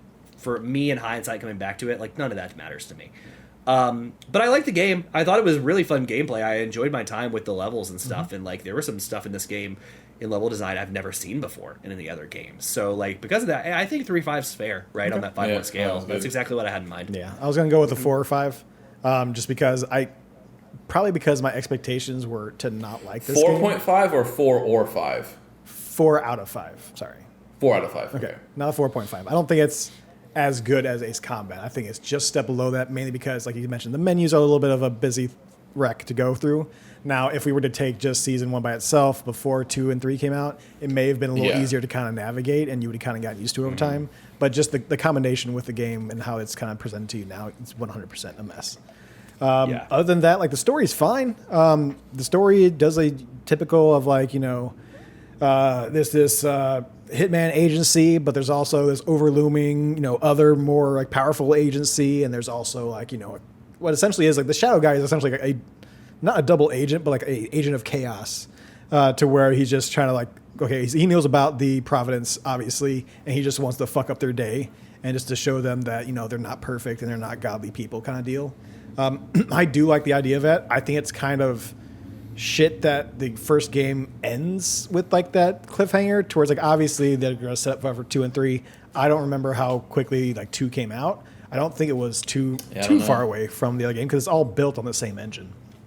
So, and obviously for 2 and 3, they didn't do episodic. For 2 and 3, they actually just released the full games. From what I saw. Yeah, it was one of the complaints people had.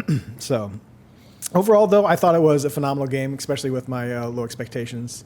I had a lot of fun just figuring out ways to kill people when I thought I was going to be going through here just doing basic stealth shit. So, Had a lot of great time. Steph, thank you for the recommendation. It was a great idea. Yep. I don't think we're going to continue on with like season 2 and 3 going forward as far as Video Game Book Club. We're still going to hit other games because we kind of got the flavor of what's going on here. And unless you guys are like really pining for 2 and 3, we're just going to leave it at that and go to a different game when it comes my turn again. So I do think there could be, this is something that could be done in, another game, but like based on the story they made, there could be some cool stuff if you did like assassination games, meaning like, hey, if you have this agent of chaos, if you have a level where they're like they're trying to beat you to the assassination, or maybe they're trying to do stuff that messes with your assassination attempts. Yeah, you're kind of in a race to do the assassination almost. Yeah, or like they're doing things that are sabotaging the stuff that you're trying to do, so you have to go about different ways. Anyway, it was fun, but I get the complaints because if they dropped season 2 and 3 the same way that we just experienced this game,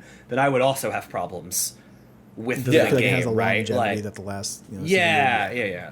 So anyway, that was that. Christian, what you got? What do we got? I'm excited. Gentlemen, how do we feel about heresy? Heresy. Are we playing Blasphemous? Nope. No, that's too crazy. Okay, that's Metrovania. Are we? We're not fans? pro heresy. We're not pro. So that's a plus probably for this then. Okay. I mean, I guess that's a Depends weird... on what kind of heresy, though, I guess. We will be serving our God Emperor, and we will be playing Warhammer 40k Space Marine. 1. Nice. Okay. Yes. Getting prepared for the sequel. Yeah. I'm excited. Yes. How do we feel about heresy? It's kind of like bringing freedom to people, except this time we're bringing the good word of the Empire. Come at me, That heretic. is exactly what we're doing. Yeah. And everybody who disagrees is a heretic. And you either Get her will down. you will either be basked in the good light of the God Emperor, or you will burn in it. One of the two. I'm terrified to play this game. I think the lore is cool, but I've never done anything Warhammer, and we'll see. That's totally fine. There's nothing that this game, Space Marine, is its own. You are just dealing with the Space Marine faction of War. It handles all that just fine. There is no issues there. So we will be playing the first 5 chapters of this game. So Where are we playing this? On Steam. Okay. Yep, I have it, so we can use the family share. I think I even bought you it also, on sale, too. Yeah, I was going to say, it's probably very cheap right now, so if you wanted to go snag your own copy, you can. I also have it on Steam Family Share, so it doesn't matter.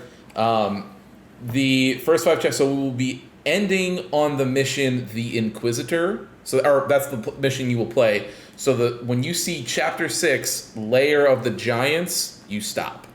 Oh, if it's chapter numbers, I'm golden. Perfect. Yeah, so stop at Chapter 6. Yeah. Okay. All right. There Cool. it is. Well, that's what you all know what to look forward to come next week. Hopefully you enjoyed our playthrough of Hitman. I will say, at least the creativity of the levels brought some levity and comedy to the way we talked about it. I like that. But look forward to Space Marine 1, in, I guess, preparation for number 2 coming out in like a month and a half or something. It's not far off. It is on the 9th. It's very... like very 3 weeks. quick. Okay. We All probably right. won't be finished by the time we finish. We will not be finished. Cool. So everybody look forward to that. Thank you for joining us. And we will catch you next time. So with that, Preston, you know what to do. Hitman it. I should tell you, the trail went dead after Romania. Our team found no records of any kind. No name. Nothing. I think they called me 47. That's not a name. So make it one. All right. Agent 47. Thank you for listening to another episode of The Testing Room. To catch up on past episodes or check out the newest ones when they drop, follow us on Apple Podcasts, Spotify, or wherever you get your favorite podcasts.